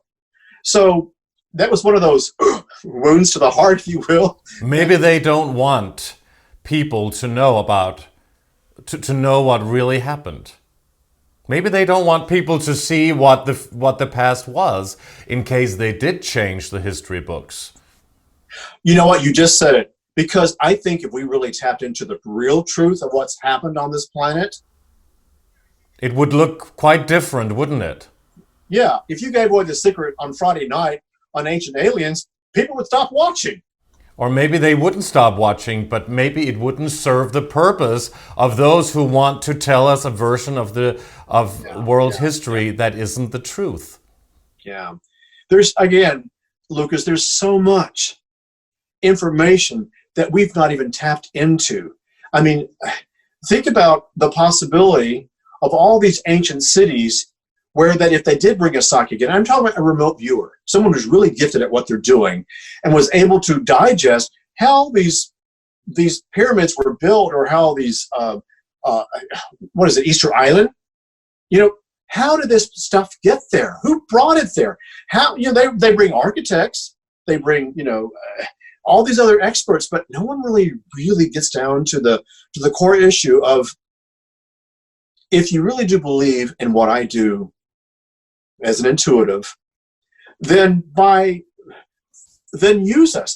And I am sure, Lucas, there are many remote viewers on this planet who are far more skilled and far more advanced than I that could probably solve these cases. So, audience, if you're listening, help. Do you believe that life exists elsewhere in the universe, not just on planet Earth? Oh, absolutely. Without a doubt. Without a doubt. I don't question. You know, again, think about what my career has been. Near-death experience, paranormal investigator. I've traveled. I have seen things that are beyond reality. I worked on a case not too long ago in a resort from the 30s, and I had to tap in back into this gangster's reality, his world. And what happened to me in that secret corridor, I mean, I'm usually not scared by ghosts or things, usually. This one caught me off guard. This one grabbed me and threw me against the wall. So could that have been like an archon entity, what the Gnostics called an archon, demon?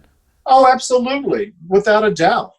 You know, I don't want to put it into a category that it's not, because I don't know that for a fact. I don't want to say that it was the devil. I don't want to say what it is, because I may 5 years from now change my mind about that. So I'm an open canvas to learn as much as I can, because it may be something completely different. Well, a dark entity could have many names. Yeah. Well, again, we go back to the energy of that soul. Got it? We have a gangster who murdered people, and he's trapped and has not gone back. So he's not had the chance to go to Bardo and to cleanse. So here is, he's kind of in this world trapped as a negative spirit. It sounds like a fine French wine from the city of Bordeaux. I didn't know that it was Bardo. I discovered this in my research while I was working on my next book, The Excellent Prophet. And I'm dealing with time travel and going to places like Stonehenge and going to Maui and to Sedona, all these different grids on the planet. And what I call downloading information at these grids, and also at the same time upgrading my auric energy field. And so I learned this place called Bardo when I was doing some research. Have you been to Mount Shasta? Oh, that's Mount Shasta and Machu Picchu, and I want to go to Rome. In one of my past life regressions, I was a cardinal, and I have a fear. I have a great fear of going back to Rome, because when you go back, and what little bit I did in this past life regression, it was so intense that I don't know if I would have the capabilities consciously to go back and to deal with this. I went to London. You've never been to Rome? No. It's a beautiful city though, huh?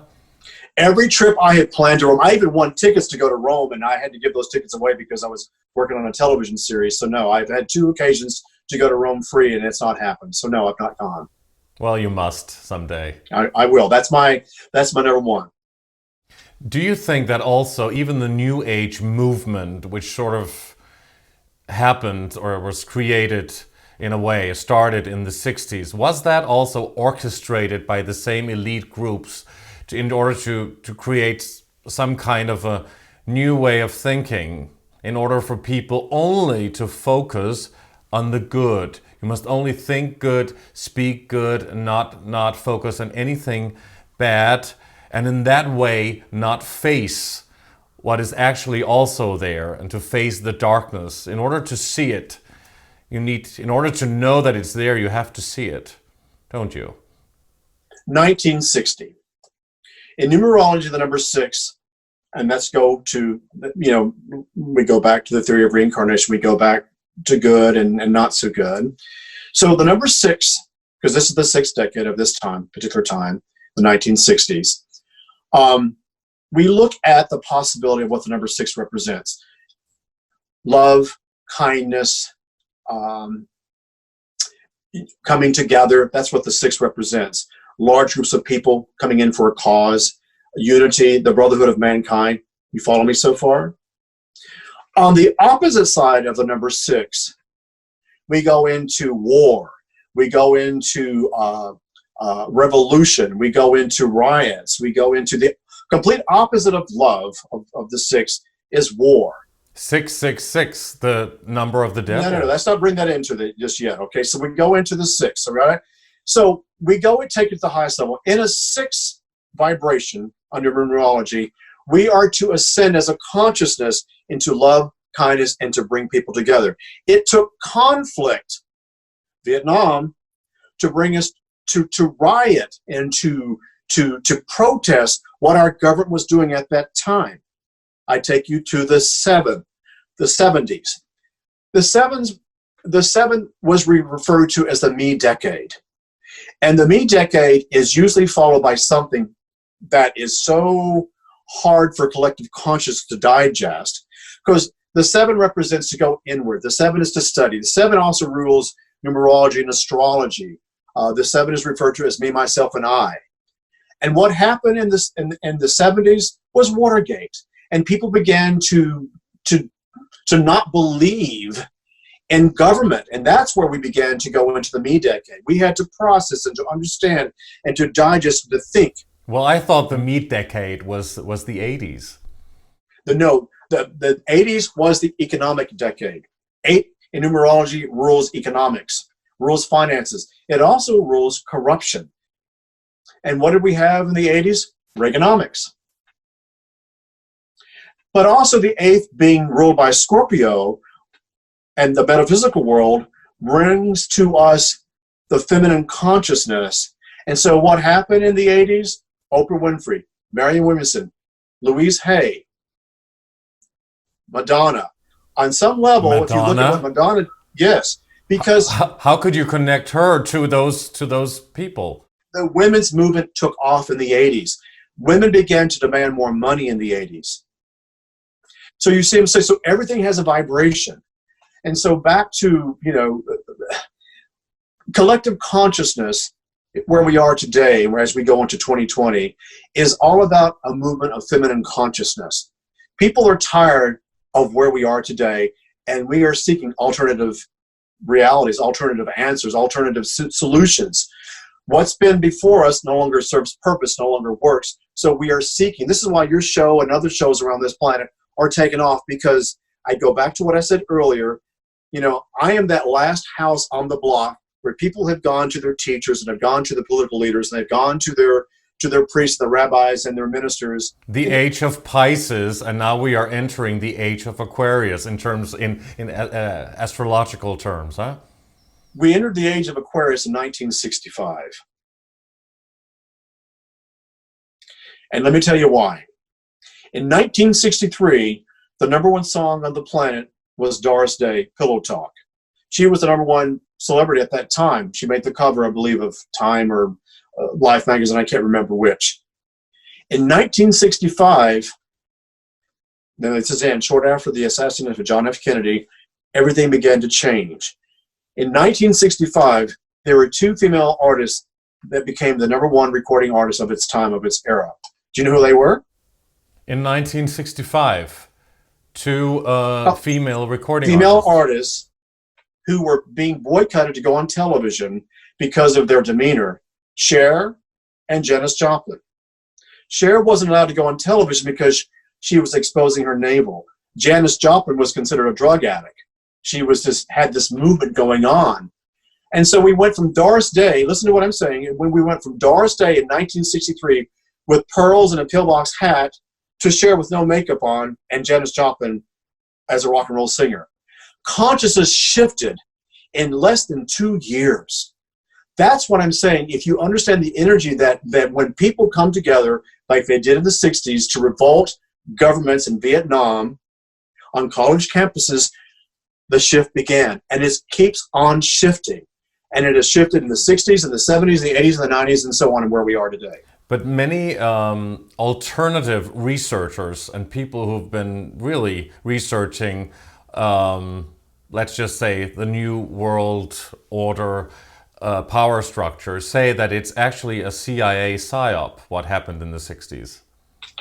With the New Age movement, the sexual revolution, the hippies, and especially all the drugs. Because DMT and also, LSD and all of that entered the scene, and they already used that for MK Ultra mind-controlled experiments back in the 40s and the 50s during Operation Paperclip. But on the other end of that, let's talk about the musicians of its time, the Beatles.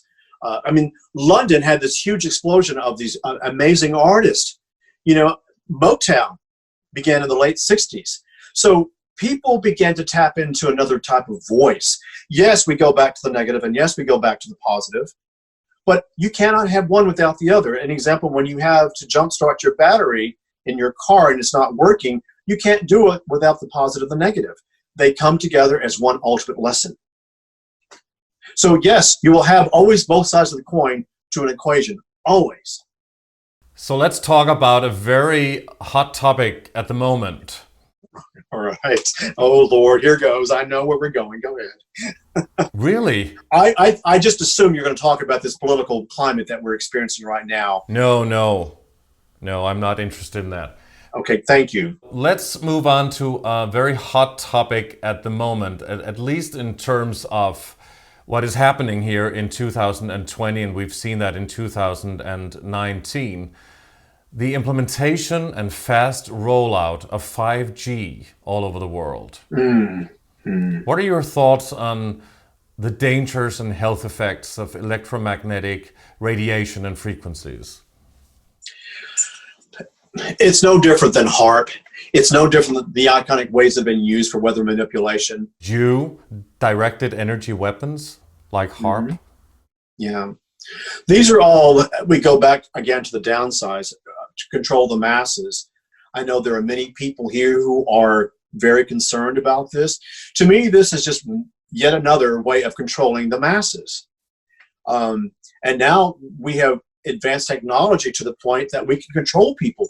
You know, I've often thought, why is it that, and I don't know, you certainly don't have this situation in Denmark, but I often say to myself, why is it that we have so many violent outbreaks here in the United States where all these students are being killed, and, you know, at these mass shootings in high schools and movie theaters and open shopping malls. And so part of me goes, are we that experiment here in the United States where they're seeing if they can actually control people with ionic waves to make them do things? If you're already an example off kilter in your consciousness and you are borderline not so positive, and it just took just a fine, you know, nudge to the shoulder to make you go do something that could create pandemonium. And well, they can always create a false flag attack on anything to create problem, reaction, solution, create a problem, get a reaction, and then bring forth the solution. Same people who orchestrated the bad stuff. Absolutely. I agree with you. I think we're in the middle of this equation now, Lucas. I really do. It really concerns me. Have I read enough on it? I am working on something so opposite of that, and I can't share it with you because the book is not out, so you can't read it yet. But I introduced something to you earlier in this program, in our interview. I used the word gratitude. I used the word peace. I also introduced to you the grids of the body. You know, the head chakra. You know, the throat chakra, the heart chakra, the solar plexus, and the base chakra. The grids of the body. You're very familiar with the chakras, correct? Of course. How is this particular, where we are right now, affecting the chakras? That's what I go to. Yes, they can manipulate people to go in, and I think to guide them to do things in terms of shooting sprees, etc. There's so many things that I think our government are experimenting with. But I also go back to what I said earlier about the 60s and the 70s and the 80s. To every bad, there's always the equation of good. And so I always have to go to the higher self of, you know, what am I learning from this? How can I, if this is indeed happening, and it is, what can I do as a human being on this planet to send that away from my auric energy? That's what I'm working on right now. Because if the conflict has been introduced to us, correct? This is a conflict. And with every conflict, there's always a miraculous solution. That's what I believe. Call it idealistic, call it whatever you choose to. But I do believe that for everything that is negative, there is always something positive. And I do believe that there are going to be a series of intelligent people who are going to come together and do something with this. What it is, I don't know. But I feel that in my heart. And the bottom line is? The bottom line is, I go back to what I said earlier, the grids of the body. If you're in a place of peace, if you're in a place of gratitude, nothing in my world, and I could be wrong in this, but there is nothing that doesn't stand in my way. You know, when I believe I can do something, I do it. That doesn't mean I don't get sick. That doesn't mean that I'm not be affected. But I always go back to that formula of what I saw on the other side. How do I get back into a place of peace? How do I get back into a place of balance? And how do I fight off the disease of Crohn's? And how do I fight off tuberculosis? And come back completely cured right here. The mind, we are not using our mind at full capacity. And I do believe that we were going to, the 2020 is going to introduce to us in the collective consciousness some person, some genius, some hero, male or female, that's going to give us a whole new way of thinking. Let's hope that the collective consciousness won't be a connection between the human brain and AI, artificial intelligence, through those highly developed, frightening frequencies. So can I ask you some questions? Because I want to engage this conversation. We're obviously going in a direction that I'm very keen on. And I know you're the host of this program. Maybe you aren't allowed to voice an opinion, but I think you had Linda was Linda Howe on your show. I was looking at that not too long ago, and or maybe this past weekend. You have some brilliant minds here on your show, and your job is to produce, I think, what I call a new collective consciousness, a new way of thinking, so that, again, I go back to what I said earlier, that if one person on this show today listens to our exchange going back and forth and they get what's going on, we don't know that young boy or girl or scientist or doctor or nun or whatever's going to do something brilliant with this conversation. We don't know that. We don't know that the seed that we're planting today changes everything. But why do you think this is happening right now? What is your opinion of why we're going towards this direction? Aliens and ionic waves and HARP and weather manipulation and AIs. It's time for truth. It's time to bring out the truth. You just said it. And we try to get as close to the truth as we can. That's our intention with this show, Age of Truth TV. Mm-hmm. And whoever is watching, however they observe this or perceive it, that is their choice and their option, and they can do with the information what they want. We know that each individual speaker we have on, they resonate with some people, and some people do not like their information. Right. It's always about what wavelength you're on. It's chemistry, really, I believe. Yes, absolutely. When you see somebody, and you can also feel their frequency in a way through the screen somehow, even though it's not in the same way than if you're in front of people. But the closer we can get to real information, away from the disinformation, away from things that are blurred and covered up, that I think is the time now. And the only thing that is important is not to be afraid of it. Absolutely. Well, I say something, and I said it earlier in our interview. In 1990, I was in the height of my career. I was on a successful series. I was traveling around as a paranormal investigator. I was going on every talk show, radio show, you name it, I was doing it. But they were debunking. They weren't listening. They weren't getting. And I left this world of entertainment as a psychic and went into a place of writing and went into a place of me. Consciousness wasn't ready for what I had to say. And so I had to understand that. And what I find surprising in doing your show and doing so many other different shows is that consciousness is ready now. And people like you and other hosts around this planet who are interviewing me, this would not have happened 10, 15 years ago. Why? Consciousness is ready. It goes back to what I said earlier. We have reached a point that we no longer believe in governments. We no longer believe in the educational system. We no longer believe in the vibration of money or the lack of. We are seeking out alternative way of living, alternative way of thinking, alternative of friendships. We are trying to find the truth. That's why the Age of Aquarius was set in 1965. We're basically in the baby part of the Age of Aquarius. The Age of Aquarius is nothing more than information. It's truth. And our job as new thought leaders on this planet, you included, is to provide a truth, not trying to preach, teach, but to share information and allow the listener to digest this information, as bizarre as it may seem at times, and to allow that seed to be planted in their consciousness. You never know when that seed's going to grow. Mine grew in 2007. I walked out of a high-paying job, decided to write this book, had no job, had all these job offers, and came to Palm Springs, not knowing anyone.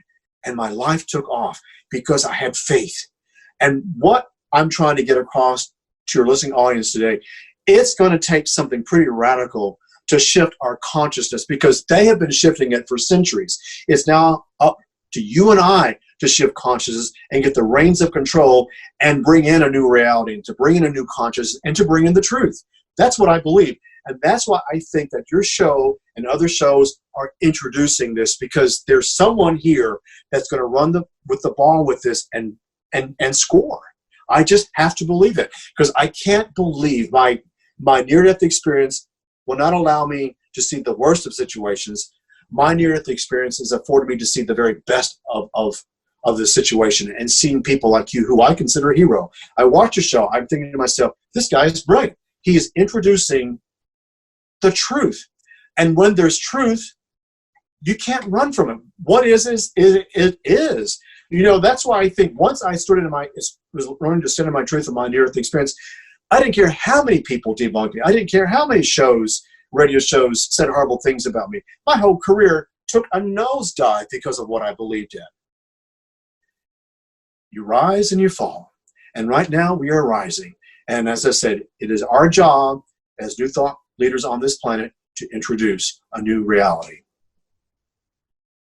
And there's so many topics and so many things that we could talk about, and many things that we didn't get to discuss this time around, at least. But before we end, please tell the audience if they want to contact you to read more about your work and your extraordinary life story, and purchase your books, or have you to come to their country or to their place for a lecture, how can they contact you?